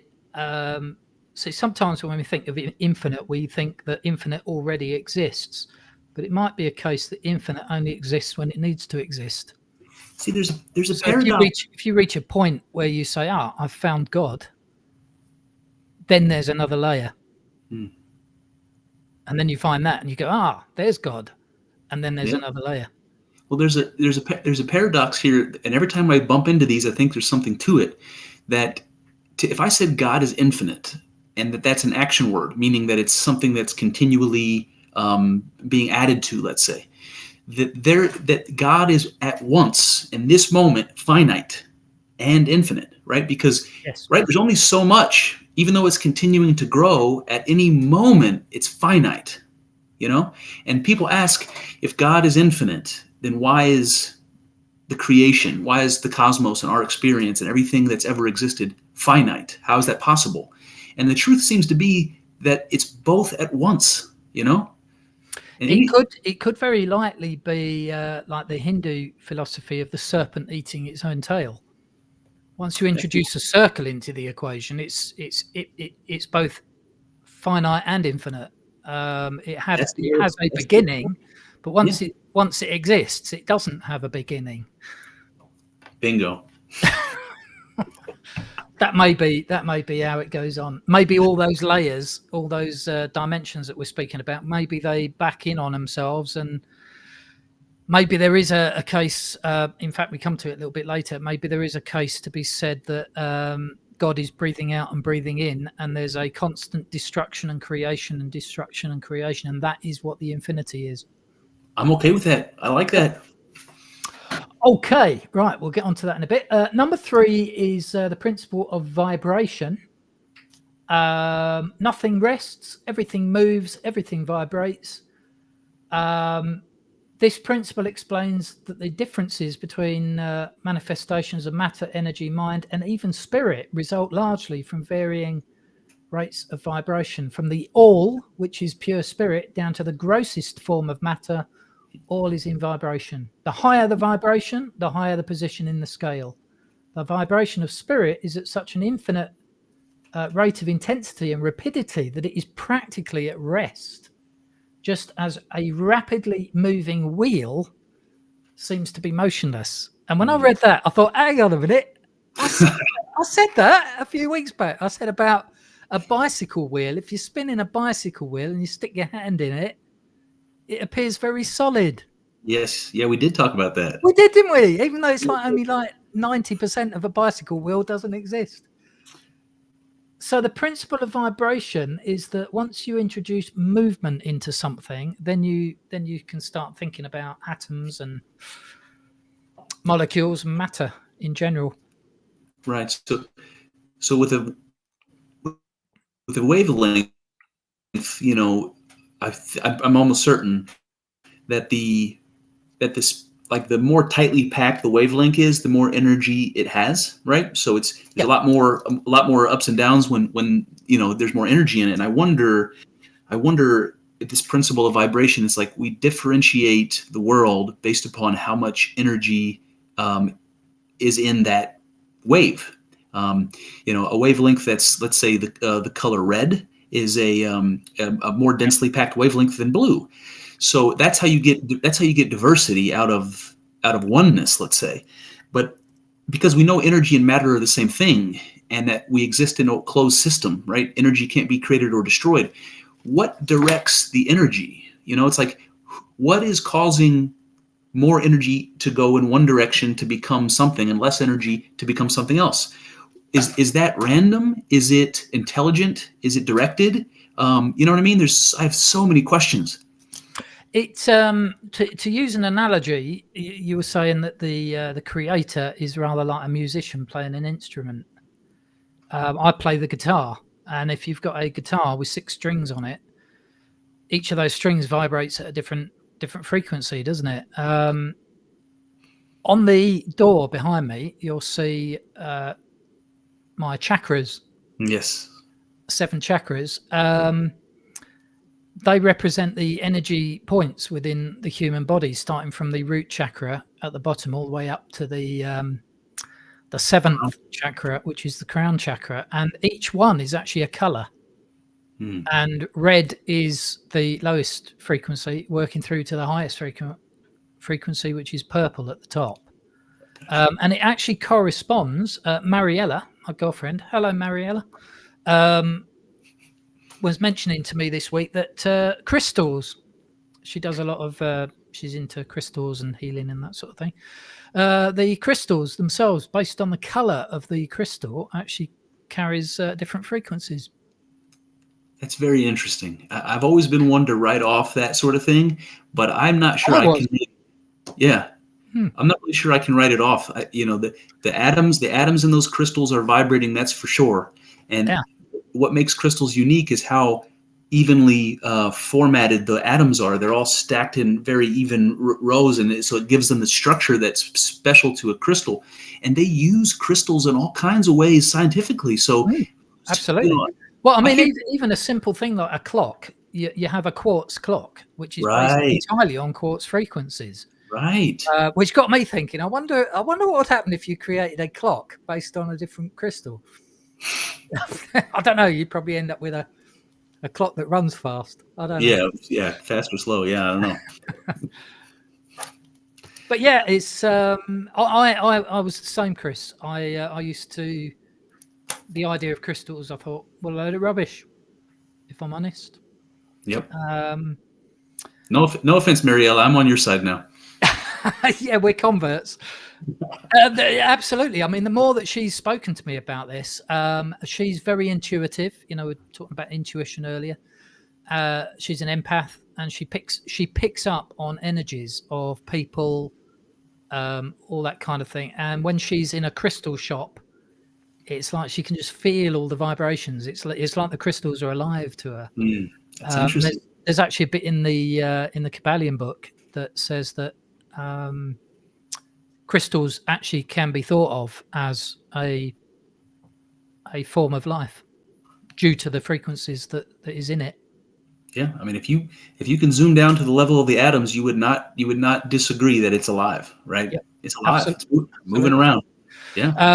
And that could actually then extend out to other things like plants, definitely animals. I'll tell you something I've just started, just a little bit of a tangent here. I used to be the kind of guy that if a little ant ran across my desk, I wouldn't think twice about giving it a squish. It's just an ant. You know? More recently, I've found myself letting the ants go. To the point in my shower, I've now got even some little daddy long legs that have taken up residence in the shower, and I'm becoming a bit of a Buddhist. I'm sort of looking at all things that are alive and thinking, they've got as much right as I have. So it's funny you say that, because I have had the same experience. So my grandfather has a pet name for all the grandkids, and he calls me Bugs because I'm not a fan of them. And also, when I went hunting with my grandfather and my uncle and my dad growing up, I got Lyme disease because I had so many tick bites. I was like attracting them, So in 2018, when I had my mystic experience, I started to see God in everything. And then if I would see a spider, generally I would just kill it right away. It's an existential threat. It didn't ask permission to come in my house, and it's an existential threat to my children. I'm going to smash that goddamn thing. And now I can't. Now I think you're going to crush this little experience that's just like you. It's God's eyes looking out and seeing itself, and you're just going to end that? How dare you, And where this is leading, and I am not vegetarian at all. I like my meat, but Me too. I'm starting to feel bad about eating meat. I'm kind of, I wish I didn't, like to eat meat. Maybe that's something that I'll eventually kind of You, reach. When I'm sort of eating a chicken, I'm looking at it thinking this thing was running around a few hours ago. you have fun with that. I'm not going there. I think that something has to die for anything to live. Everything is recycled by nature, including life and soul. And so Yeah. I'm perfectly happy to eat meat, and I'm not going to stop. Did you know there's some, I can't remember who they are, but there are some, not sure if they're Hindus or Buddhists, but they only eat plants that grow above ground. They don't eat root plants, because if Oh, you eat really? a root plant, it's like you're killing the plant off. Oh, I see. So they Yeah. don't eat meat, but they also only eat plants that they can pick from. That's interesting. I wonder if they would eat eggs and milk because that's a renewable resource, you know? I don't know. Yeah, maybe I'll start living on eggs. This principle of vibration, this might be a discussion for another day. I don't know. But me and Mariella got talking about ley lines. I know a lot of people debunk ley lines, but I read something that basically says that ley lines are like the chakras of the earth. That's interesting. Isn't it? As above, so below, Daniel. There you go. Right. Principle number 4. And I think you'll have something to say on this. The principle of polarity. Now, it says in the Kybalion that everything is dual, everything has poles, everything has a pair of opposites. Like and unlike are the same. Opposites are identical in nature, but different in degree. Extremes meet. All truths are but half truths. All paradoxes may be reconciled. I'm actually a non-dualist. So when I read that, I thought, no, I disagree with that. Everything is dual. But a bit later in the Kybalion, it actually says that the duality in the principle of polarity is actually an illusion. It's not actually duality. There is only one. That's what I would ascribe to. Yes. Yeah. So non-duality, as per the Advaita Vedanta, is the idea of non-secondness, the idea that Brahman alone is ultimately real, while the transient phenomenal world is an illusory appearance. The highest self and absolute reality is non-different, and Advaita Vedanta adapted these philosophical concepts from Buddhism. Now, what I liked about this, that Advaita Vedanta philosophy is from Buddhism, is Buddhism doesn't entertain the idea of gods. And that's the one thing about Hinduism that I'm not really subscribed to, the idea of some 33 million deities being manifestations of Brahman. Mm-hmm. I mean, I had enough on my hands worshipping one god. As a JW, the idea of worshipping 33 million of them. So that's an interesting one. I may have told you the story before, but the story of the Buddha reaching enlightenment, he was meditating under the Bodhi tree, and he's starting to get to the point where he's reaching nirvana. And Siddhartha was a Hindu, so it's important to realize that Buddha wasn't a Buddhist. He was a Hindu, just like Jesus was a Jew, Right, yeah. And the Hindu gods were attacking his spirit as it was ascending out of his body, because they were trying to prevent him from becoming greater than they are, right? He was ascending to something higher even than the gods. And what's so great about that story is that Buddhism teaches you that as a human being, you are greater, you have a potential greater than the gods. And so it requires an understanding of yourself as greater than the gods. I mean, I'm no stranger to talking that way. I think that I am God. I think that we are God collectively, and it reminds me of the way Carl Jung talks about the classical gods. He talks about classical gods as though they're psychological forces. They're things that are common to every human being, which is why we used to believe that we inhabited a world full of these spirits. because everybody had the same spirits within them. And it was almost like that there were spirits outside of us that were influencing us similarly. But in truth, those spirits exist within us, and we are millions of gods, existing within this unity. I think there's some truth in that. There's a bit later which I just want to read to you that talks about involution and evolution, that touches on that. I have, again, same as you, I have no trouble thinking of gods, angels, different levels of spirit beings, and so forth. I think where I couldn't subscribe 100% with Hinduism is the idea of actually worshipping these gods. I can't imagine myself having a little shrine bowing down to Shiva or whatever, because I don't think it's necessary. I think if you understand that you are God, that you are Brahman and manifestation of Brahman, these shrines where you're worshipping gods, it might sort of get you so far. It might keep you humble up to a point. Right. But I think once you get that spiritual awakening and you realize that you are God, that you are Brahman, and that we're all one, why would you worship?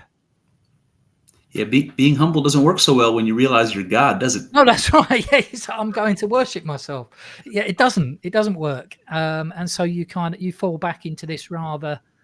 It's almost it's not like I'm God, woohoo, aren't I amazing? Right. It's actually the opposite, isn't it? It's like, I'm God. It's no big deal. Yes, exactly. It's the most mundane. It's the most common thing imaginable. That's right. Yeah. So you don't need the gods anymore. We'll touch on that a bit later. Excuse me. So this idea of polarity, you'll like this. It says, to illustrate, heat and cold, although opposites, are really the same thing. The differences consist merely in degrees of the same thing. So cold is basically something that's not as hot. That's right. It's the same thing. And it even takes this as far as to say that good and evil are the same thing. Yes. It's just a degree of goodness, which made me think in Hebrew. You'll often read in Hebrew someone saying in the Bible that they hated someone. I think it was it Isaac that married two girls, Rebecca and Rachel and Leah? That sounds right. Isaac, or was it Abraham, Isaac? Oh, yeah, I think it was. It was Abraham had Sarah and Abraham, Isaac, and then Jacob, wasn't it? Yeah. Yep. That's right. And one of them married Rachel and Leah. Yes, that was. Isaac and Jacob. But Abraham had two wives too, because one of his sons became the Jewish people, and the other son became the Arab. Yeah. Hagar. That's it. There you go. But in the Hebrew, it says that he loved his other wife. It says he hated his other wife, and in the Hebrew, it literally means loved less. That's all it means. Interesting. Hating someone just means loving them less. And I just thought it was good because it ties in with that idea of good and evil, or love and hate. It's all the same thing, just different degrees. Right. Well, think about it. I mean, if you've ever had your heart broken, which both of us have, I'm sure, the people who you love the most, those are the ones that hurt the most. There's this far of a separation between hate and love, just this much, There is, yeah. And often relationships, like particularly really passionate ones like that, it's a job to tell when you actually hate or love them, isn't it? It is. It's kind of, very good. Number 5, the principle of rhythm. Now, I love this one because it says everything flows out and in. Everything has its tides. All things rise and fall. The pendulum swing manifests in everything. The measure of the swing to the right is the measure of the swing to the left. Rhythm compensates. So it's talking about this kind of ebbing and flowing. And I had this thought this week. I've experienced a lot of loss in my life. Huge amount of loss. But if you don't lose something, you're not really in a position to gain anything. And there's often this thought that if you hold on to something too hard for too long, the universe will find a way to make you lose it at some point. It's because you can't receive anything new if you've got a clenched fist. Yeah. And by virtue of the fact that you open your hand allows certain things to go. There is this constant ebbing and flowing. It's things coming into your life and things leaving your life, whether that's relationships or possessions, money, friendships. That makes me think of, Daniel, is the people that say to empty yourself. Like Buddhists will say that, empty your mind or empty yourself. Why do you want to be an empty vessel? In order to be filled up with something. In order to be filled. Right. Absolutely. I mean, I kind of, in the past, I've looked at the loss that I experienced as a great tragedy, and it was painful, very, very painful. But I'm now kind of looking at it as an opportunity, because there's a lot of people that go through their 70, 80, 90-year life, and they don't lose anything particularly. They hold on to everything for their whole 70 or 80 years, and their life is very much the same. They have one life and they reach the end of it, and then that's it in this life. Whereas I actually feel a little bit like at 50 years old, I died and I lost everything, literally everything. Yes. And it's given me an opportunity to have a second life while still alive in this one. Yes. And that, I think, is a privilege. It is the point of life, as far as I'm concerned. What you just described is the hero story. It's just like Hercules and just like Jesus. You were born again. That's what we said. That's what happened to you. It was a transformation. And it goes back to the as above, so below. God is transformation. And you are God. That means you have no choice. You must continue to transform. And when you fail to do that, you die. You're gone. You're done, man. So you did what you had to do, like a phoenix rising from its own ashes. It is. That's exactly what it is. And the fact that I may, hopefully have another 20, 30, maybe longer years in this life, it's quite something. That it's like having a completely blank sheet, but having gained a huge amount of experience, mostly from knowing now what not to do. Those sort of things that I did before didn't kind of work out good. That's right. So I won't be repeating that. I'll probably make more mistakes, new mistakes, but I won't be repeating the same mistakes. And that just makes me feel like it's an opportunity. Absolutely. I feel quite positive about that. So the principle of rhythm is that one. On Twitter this week, I wrote a little tweet that said, "Life, I have learned, is about loss. We must lose to gain. Possessions, relationships, even beliefs. Allow them to come and go, to ebb and flow. To do this gracefully is the lesson."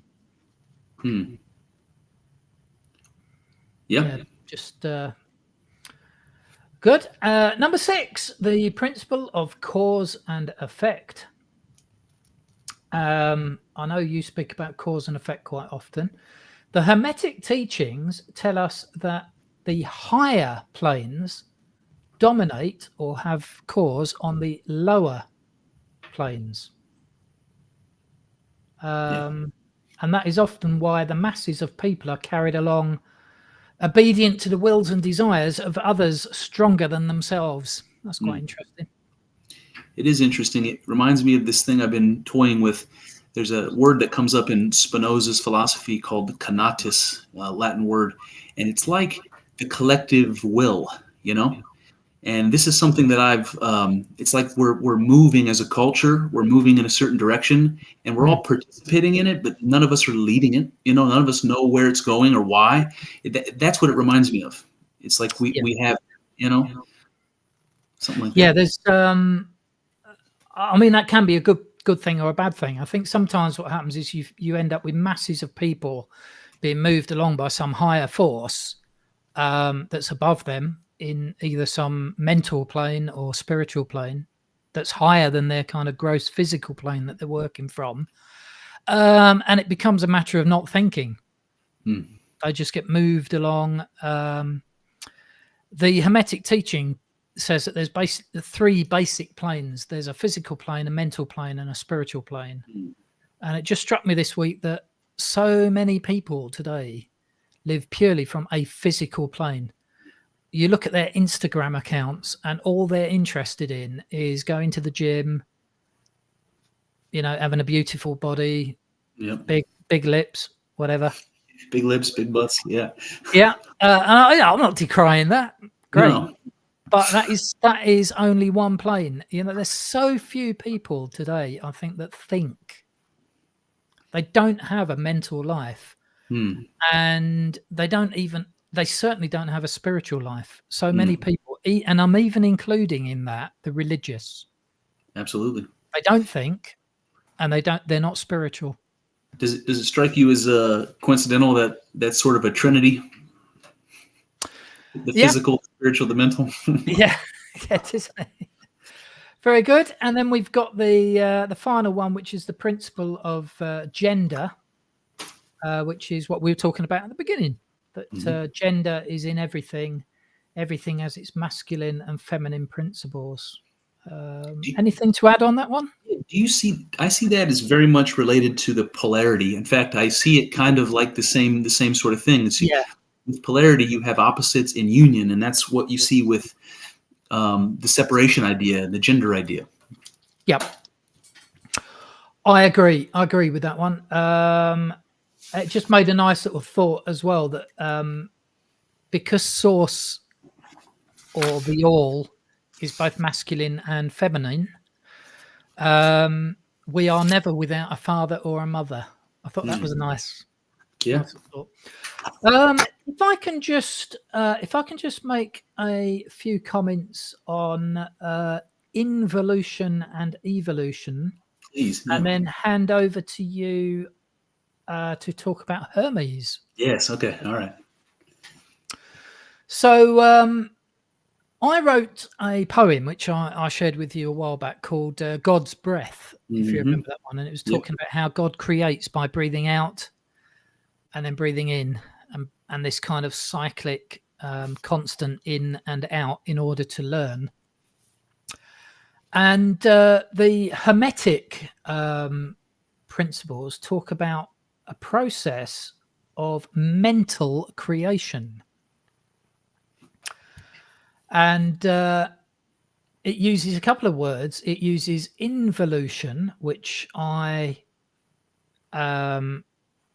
think of that as synonymous with God breathing out, and then evolution, which is God breathing in. So it goes like this. It says the Hermetic teachings concerning the process of mental creation are at the beginning of the creative cycle.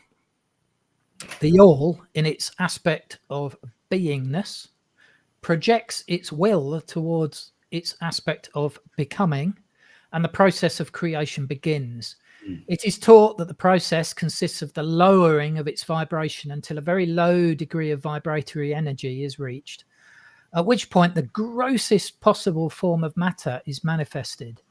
This process is called the stage of involution, in which the all becomes involved or wrapped up in its creation.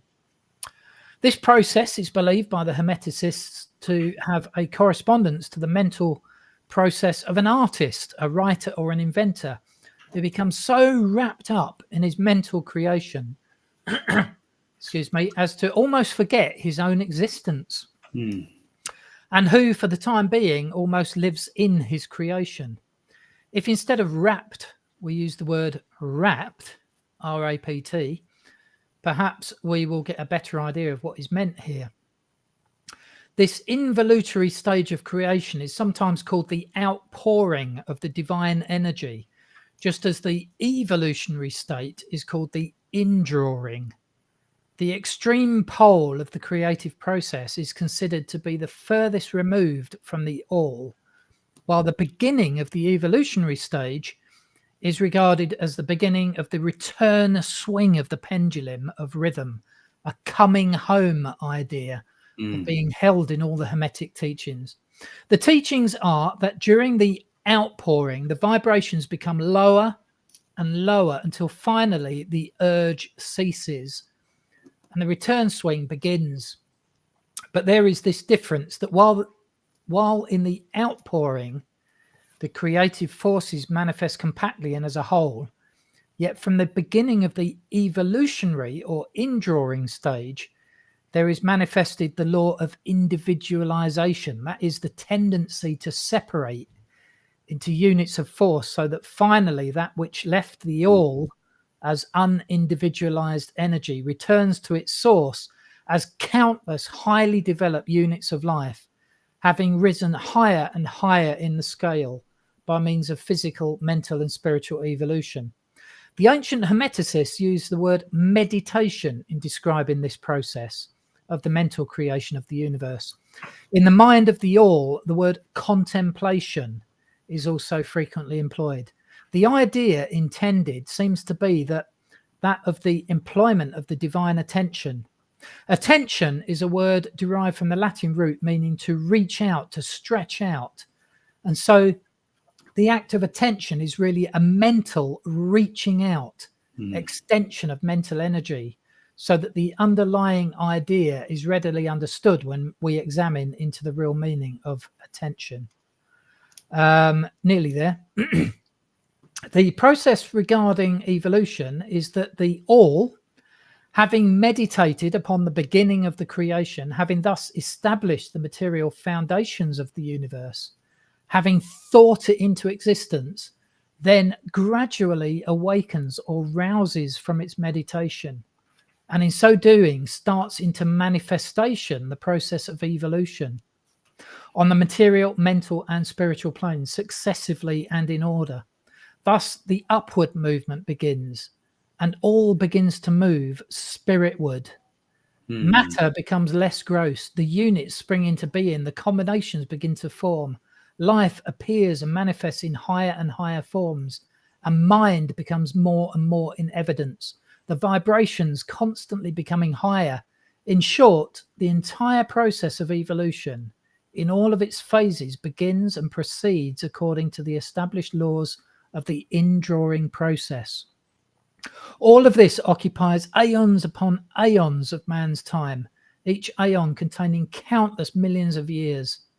But yet the illumined inform us that the entire creation, including involution and evolution of a universe, is but as the twinkle of an eye. So do not feel insecure or afraid. We are held firmly in the infinite mind of all, and there is nothing to hurt us or to fear. There is no power outside of the all to affect us. So we may rest calm and secure. There is a world of comfort and security in this realization. Once attained, then calm and peaceful do we sleep, rocked in the cradle of the deep, resting safely on the bosom of the ocean of infinite mind, which is the all. In the all, indeed, do we live and move and have our being. That's it. A bit long-winded. Basically, what he's saying is that God comes up with an idea for a universe, breathes it out, and then he allows the whole thing to spring back through the process of evolution, development, and that we are basically making our way back home as spirits. That's effectively what he's saying, isn't it? Yeah. I love that. I love that. And I love that thought taken from Acts 17, that we actually live and move and have our being within that source, that divine matrix. Exactly. So I picked up on something in the beginning that you said. You said that something like being plus will equals becoming. And becoming is what we experience. That's what our experience is. It's a transformation. So I wonder if, being like the matrix of being, right? That the thing that makes experience possible, that's the thing that I would call potentiality or God. Yeah. but that God requires a will, a desire, a something else in order to transform, in order to become being. Yep. And so it occurs to me that that will idea is related to attention, which we brought up earlier, or you brought up earlier, focused consciousness, and also energy and vibration. Yep. And so it may be that that's the mechanism that the will of God, whatever that is what's moving that fabric. It's what's and it's effectively bringing the whole of the 7 principles together into this. It is a creative process, and that will that you refer to, Chris, is not an external will that is willing God to act, because if there was an external will, that would imply that the will was higher than the source. Right. Yeah. So this is an inner will, a being, basically God creates because he creates. That's it. There's no other reason. That's it. It's not because someone's telling him to create. It's not because he's lonely. Right. Yeah. It's not because he has to create. He creates because he creates. That's right. And I think that's, that basically comes down to when you write a piece of music or poetry, people say, why did you write that? I just did. Good question. Yeah. So that's the 7 principles. Now, you've got something to say on Hermes himself, haven't you? Where does Hermes come into this, and Hermeticism come into It's a great question. So it's a great question. So what you and I just read, or what we were discussing with a Kybalion, or whatever, however you pronounce that, that's a relatively recent work, but one that has ancient roots, and it goes back to Hermeticism goes back to the Greek god Hermes. That's where the word Hermeticism comes from, Hermes. And what people should remember about Hermes is that he's the messenger of the gods. He's the intermediary between man and the heavenly realm. He brings the messages. Well, that's what a prophet is, So Hermes is a religious figure, and he's one that connects the divine to the material world, to you and I.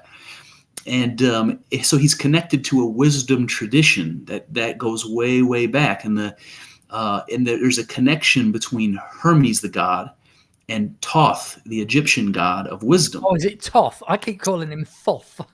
I did too for a long time. Yeah, Thoth. Okay, we'll go with Thoth. Yeah. And if you look at an image of the Greek god Hermes and you look at an image of Thoth, what you will see is that Hermes carries this very particular looking staff, and so does Thoth. Otherwise, they don't look anything alike. But the ancient Greeks and Egyptians, they connected those two gods. And they did that with lots of gods. They recognized when they encountered each other, oh, we're worshiping the same gods. We just call them different names. And that's fascinating, by the way. But so what happens is, in ancient times, there was these wisdom traditions that the priests and the shamans and stuff carried from ancient prehistory into the early days of civilization. And it was secret knowledge, the type of stuff that we would see later on with the Gnostics and the mystery religion, including Christianity. And so there are all kinds of writings that are occult type writings. They have to do with alchemy. They have to do with magic. They have to do with ritual. And it's these secret things that were passed along, in the ancient world between the wisest people in those cultures. And one of the things that was written is called the Emerald Tablet of Hermes. Mm-hmm.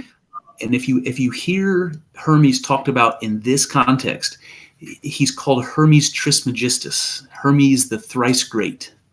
Some people say the thrice great part is a reference to the Trinity. I don't know if that's the case. I just read that somewhere. But the Emerald Tablet of Hermes is interesting, and it's not long. We can read it very quickly, and I want to. It's only 12 lines long. Please, yeah. There are. And this is so. Let me just get this right a minute. Hermes Trismegistus. Trismegistus, we're saying, is whether or not he was real or legendary. He started out life as a Greek person in their mind, someone who had wisdom, and he was a prophet and so on. And then from that idea, we get the idea of Hermes the god and Thoth the god? Yeah, that's an interesting question. So I Way don't round? know the historical answer to that question. I don't think Hermes Trismegistus was thought of as a person, apart from the Greek god Hermes. I think that they're the same being. All right. Okay. But Hermes Trismegistus is, well, it's just like when we talk about the Bible and we say that God gave the scripture to human beings, or that like the god Shamash from ancient Babylon gave the code of Hammurabi to Hammurabi. It's like that. Hermes gave the Hermetic tradition, the wisdom secrets to people, and they kept these traditions going. And there's all kinds of translations, all kinds of texts that go way back to like the 3rd, 4th century BC. They go all the way through the Middle Ages. So this tradition is connected to medieval alchemy just as much as ancient philosophy. So he's like a kind of messenger or a word, if you will. Yes. Okay. And what's interesting is this particular tablet. It has. I'm looking right now on my other screen. There's translations from Arabic. There's translations from Latin. There's translations from Isaac Newton, by the way, Phoenician, Chaldean. So there's all kinds of references to Emerald Tablet, and they go back. I tell you this because it's not clear how old it is. This could be very, very ancient. And Isaac Newton himself actually translated this. So I'm going to read for you. I'm going to read for you a hodgepodge, because there's so many different translations. I sort of pick and choose the ones that I want to bring to you, but it goes like this. Here is that which the priest has dictated concerning the entrance of Balinus into a hidden chamber. After my entrance into the chamber where the talisman was set up, I came up to an old man sitting on a golden throne, who was holding an emerald tablet in one hand. And behold, the following was written thereon. So this is the stage being painted. This person goes into this hidden crypt, this hidden chamber, and he sees this ancient statue, and it's holding this emerald tablet. And here's what it says. Here is a true explanation concerning which there can be no doubt. What is above is like what is below, and what is below is like that which is above, working the miracles of one. As all things were from one, and as all things were made from contemplation of one, so all things were born from one adaptation. And things have been from this primal substance through a single act. It is the main principle of the world and its maintainer. And as all things have been and arose from one, by ye meditation of one, and so all things have their birth from this one thing by adaptation. I actually read 3 different translations of the same line for you. That last one is Newton's translation. And it says, its father is the sun, and its mother the moon. The wind has borne it in its body, and the earth has nourished it. It is the father of all works of wonder in the world. Its power is complete. A fire that becomes the earth. Separate the earth from the fire, so you will attain the subtle and more inherent than the gross with care and sagacity. Hold on, I gotta scroll. If cast to earth, it will separate earth from fire, the subtle from the gross. Its force or power is entire if it be converted into earth. With great capacity, it ascends from earth to heaven. Again, it descends to earth and takes back the power of the above and the below. Because the light of lights within it, thus does the darkness flee before it. This is the force of forces which overcomes every subtle thing and penetrates into everything gross. Thus the world was created. The structure of the microcosm is in accordance with the structure of the macrocosm, and accordingly proceed the knowledgeable. And because of this, they have called me Hermes Trismegistus, since I have 3 parts of the wisdom and philosophy of the whole universe. And this is the last book which he concealed in the chamber. That's it. That's the Emerald. Wow. Wow. What did you latch on to anything in particular? I did. So as you were reading that, I was relating each of the parts to the 7 principles. Mm-hmm. So you've got very much there. I mean, it starts off with the idea as above, so below. Mm-hmm. You've got your different planes, your different dimensions. You've got it talked there about everything coming from the one. Mm-hmm. There is only one. I thought that Right. was good. The father and the mother, Yes. and it likened that to the sun and the moon. That was Yes. interesting. So we've got the idea of gender working Mhm. through everything, Yes. creation and being born. Mhm. I love that.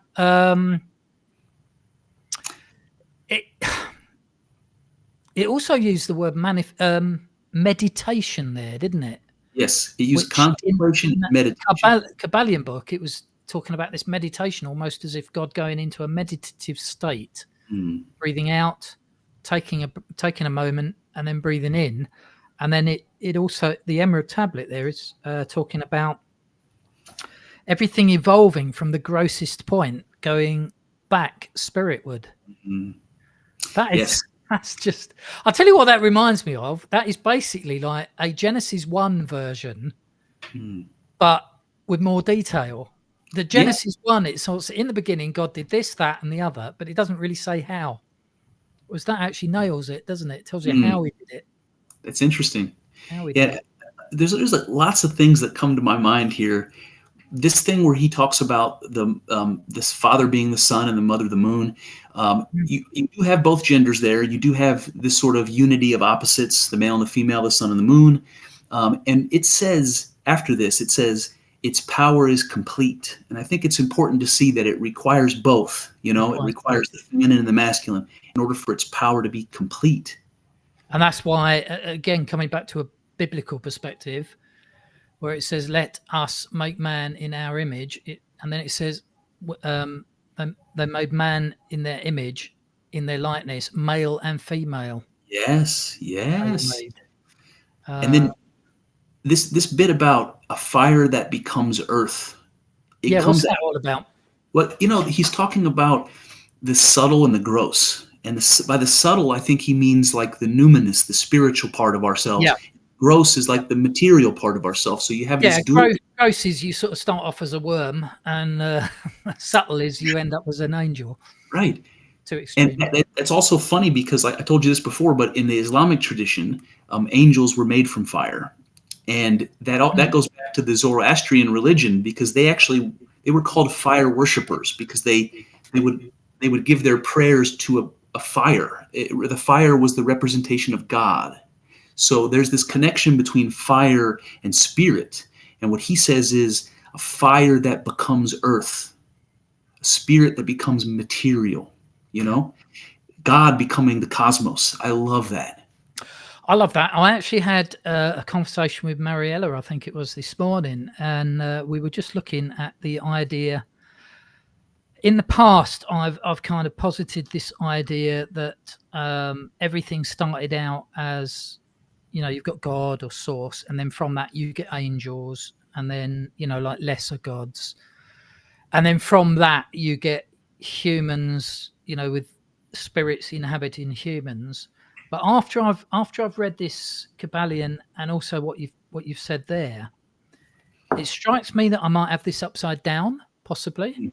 That the way that the creation occurs is that the source, the ultimate absolute, empties himself to a point where it is the lowest it can go, the grossest it can go, the most physical it can be. And then what happens, this indrawing, this evolution, is a spiritward movement where we basically ascend, not just physically, evolving physically into humans, but also mentally and spiritually. And somewhere along the line, what is probably happening there, as we die as humans, we're actually becoming spirit. That's where your spirits are probably ending up from.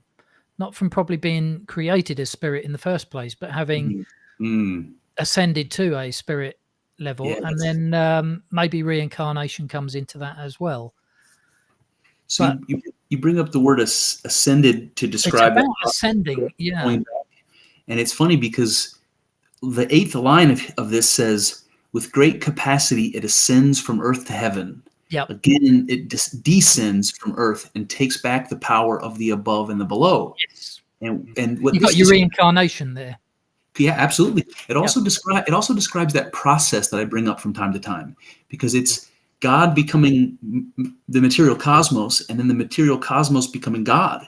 It's this back and forth. And if you listen, he says, and takes back the power of the above and the below. And what that tells me is that God learns something by becoming me. Right? Yeah. And then I gain something by becoming God, that there's a back and forth. There's a process. It looks a little bit like that wave we've been talking about, but there's a back and forth, and both sides are necessary, you know, being and the non-being, the God and the cosmos, you know? Yeah. I think that's it. I think that's it. And when we are, ultimately, we get back on a spirit plane, you know, fifth dimension, and I think at that point we have a choice. I do think we have a choice. I don't think anybody is forced necessarily to reincarnate back. I think you can either choose to stay where you are as a spirit, perhaps act as a spirit guide if anyone will listen to you, or maybe get, you know, you might want to come back for another human experience, or you might at that point decide, I want to be assimilated back into source, back into the all. And like you say, I think if that is the case, you would be taking something valuable with you, an experience that is a real experience that maybe source only ever had as a potentiality. Man, that's good. Does that remind you of Jacob's ladder? Yes, I suppose it does a bit. Yeah. The angels descending and ascending. Yeah, bit of reincarnation going on there. So, well, that was it. That was lovely. I think our time's about up now, isn't it? Yes, sir. It's always a pleasure, Daniel. Thank you for joining me again. I'll stay online in just a moment, and we can just have a quick chat before we bid farewell. But let's thank everybody for joining us this evening for our live stream. Thanks for dropping in. I hope you can join us again soon. Thank you. Special thank you to Chris over there for joining us. Always a pleasure. I always learn something new every time you come on. My pleasure, Daniel. Thanks for joining us. Bye for now.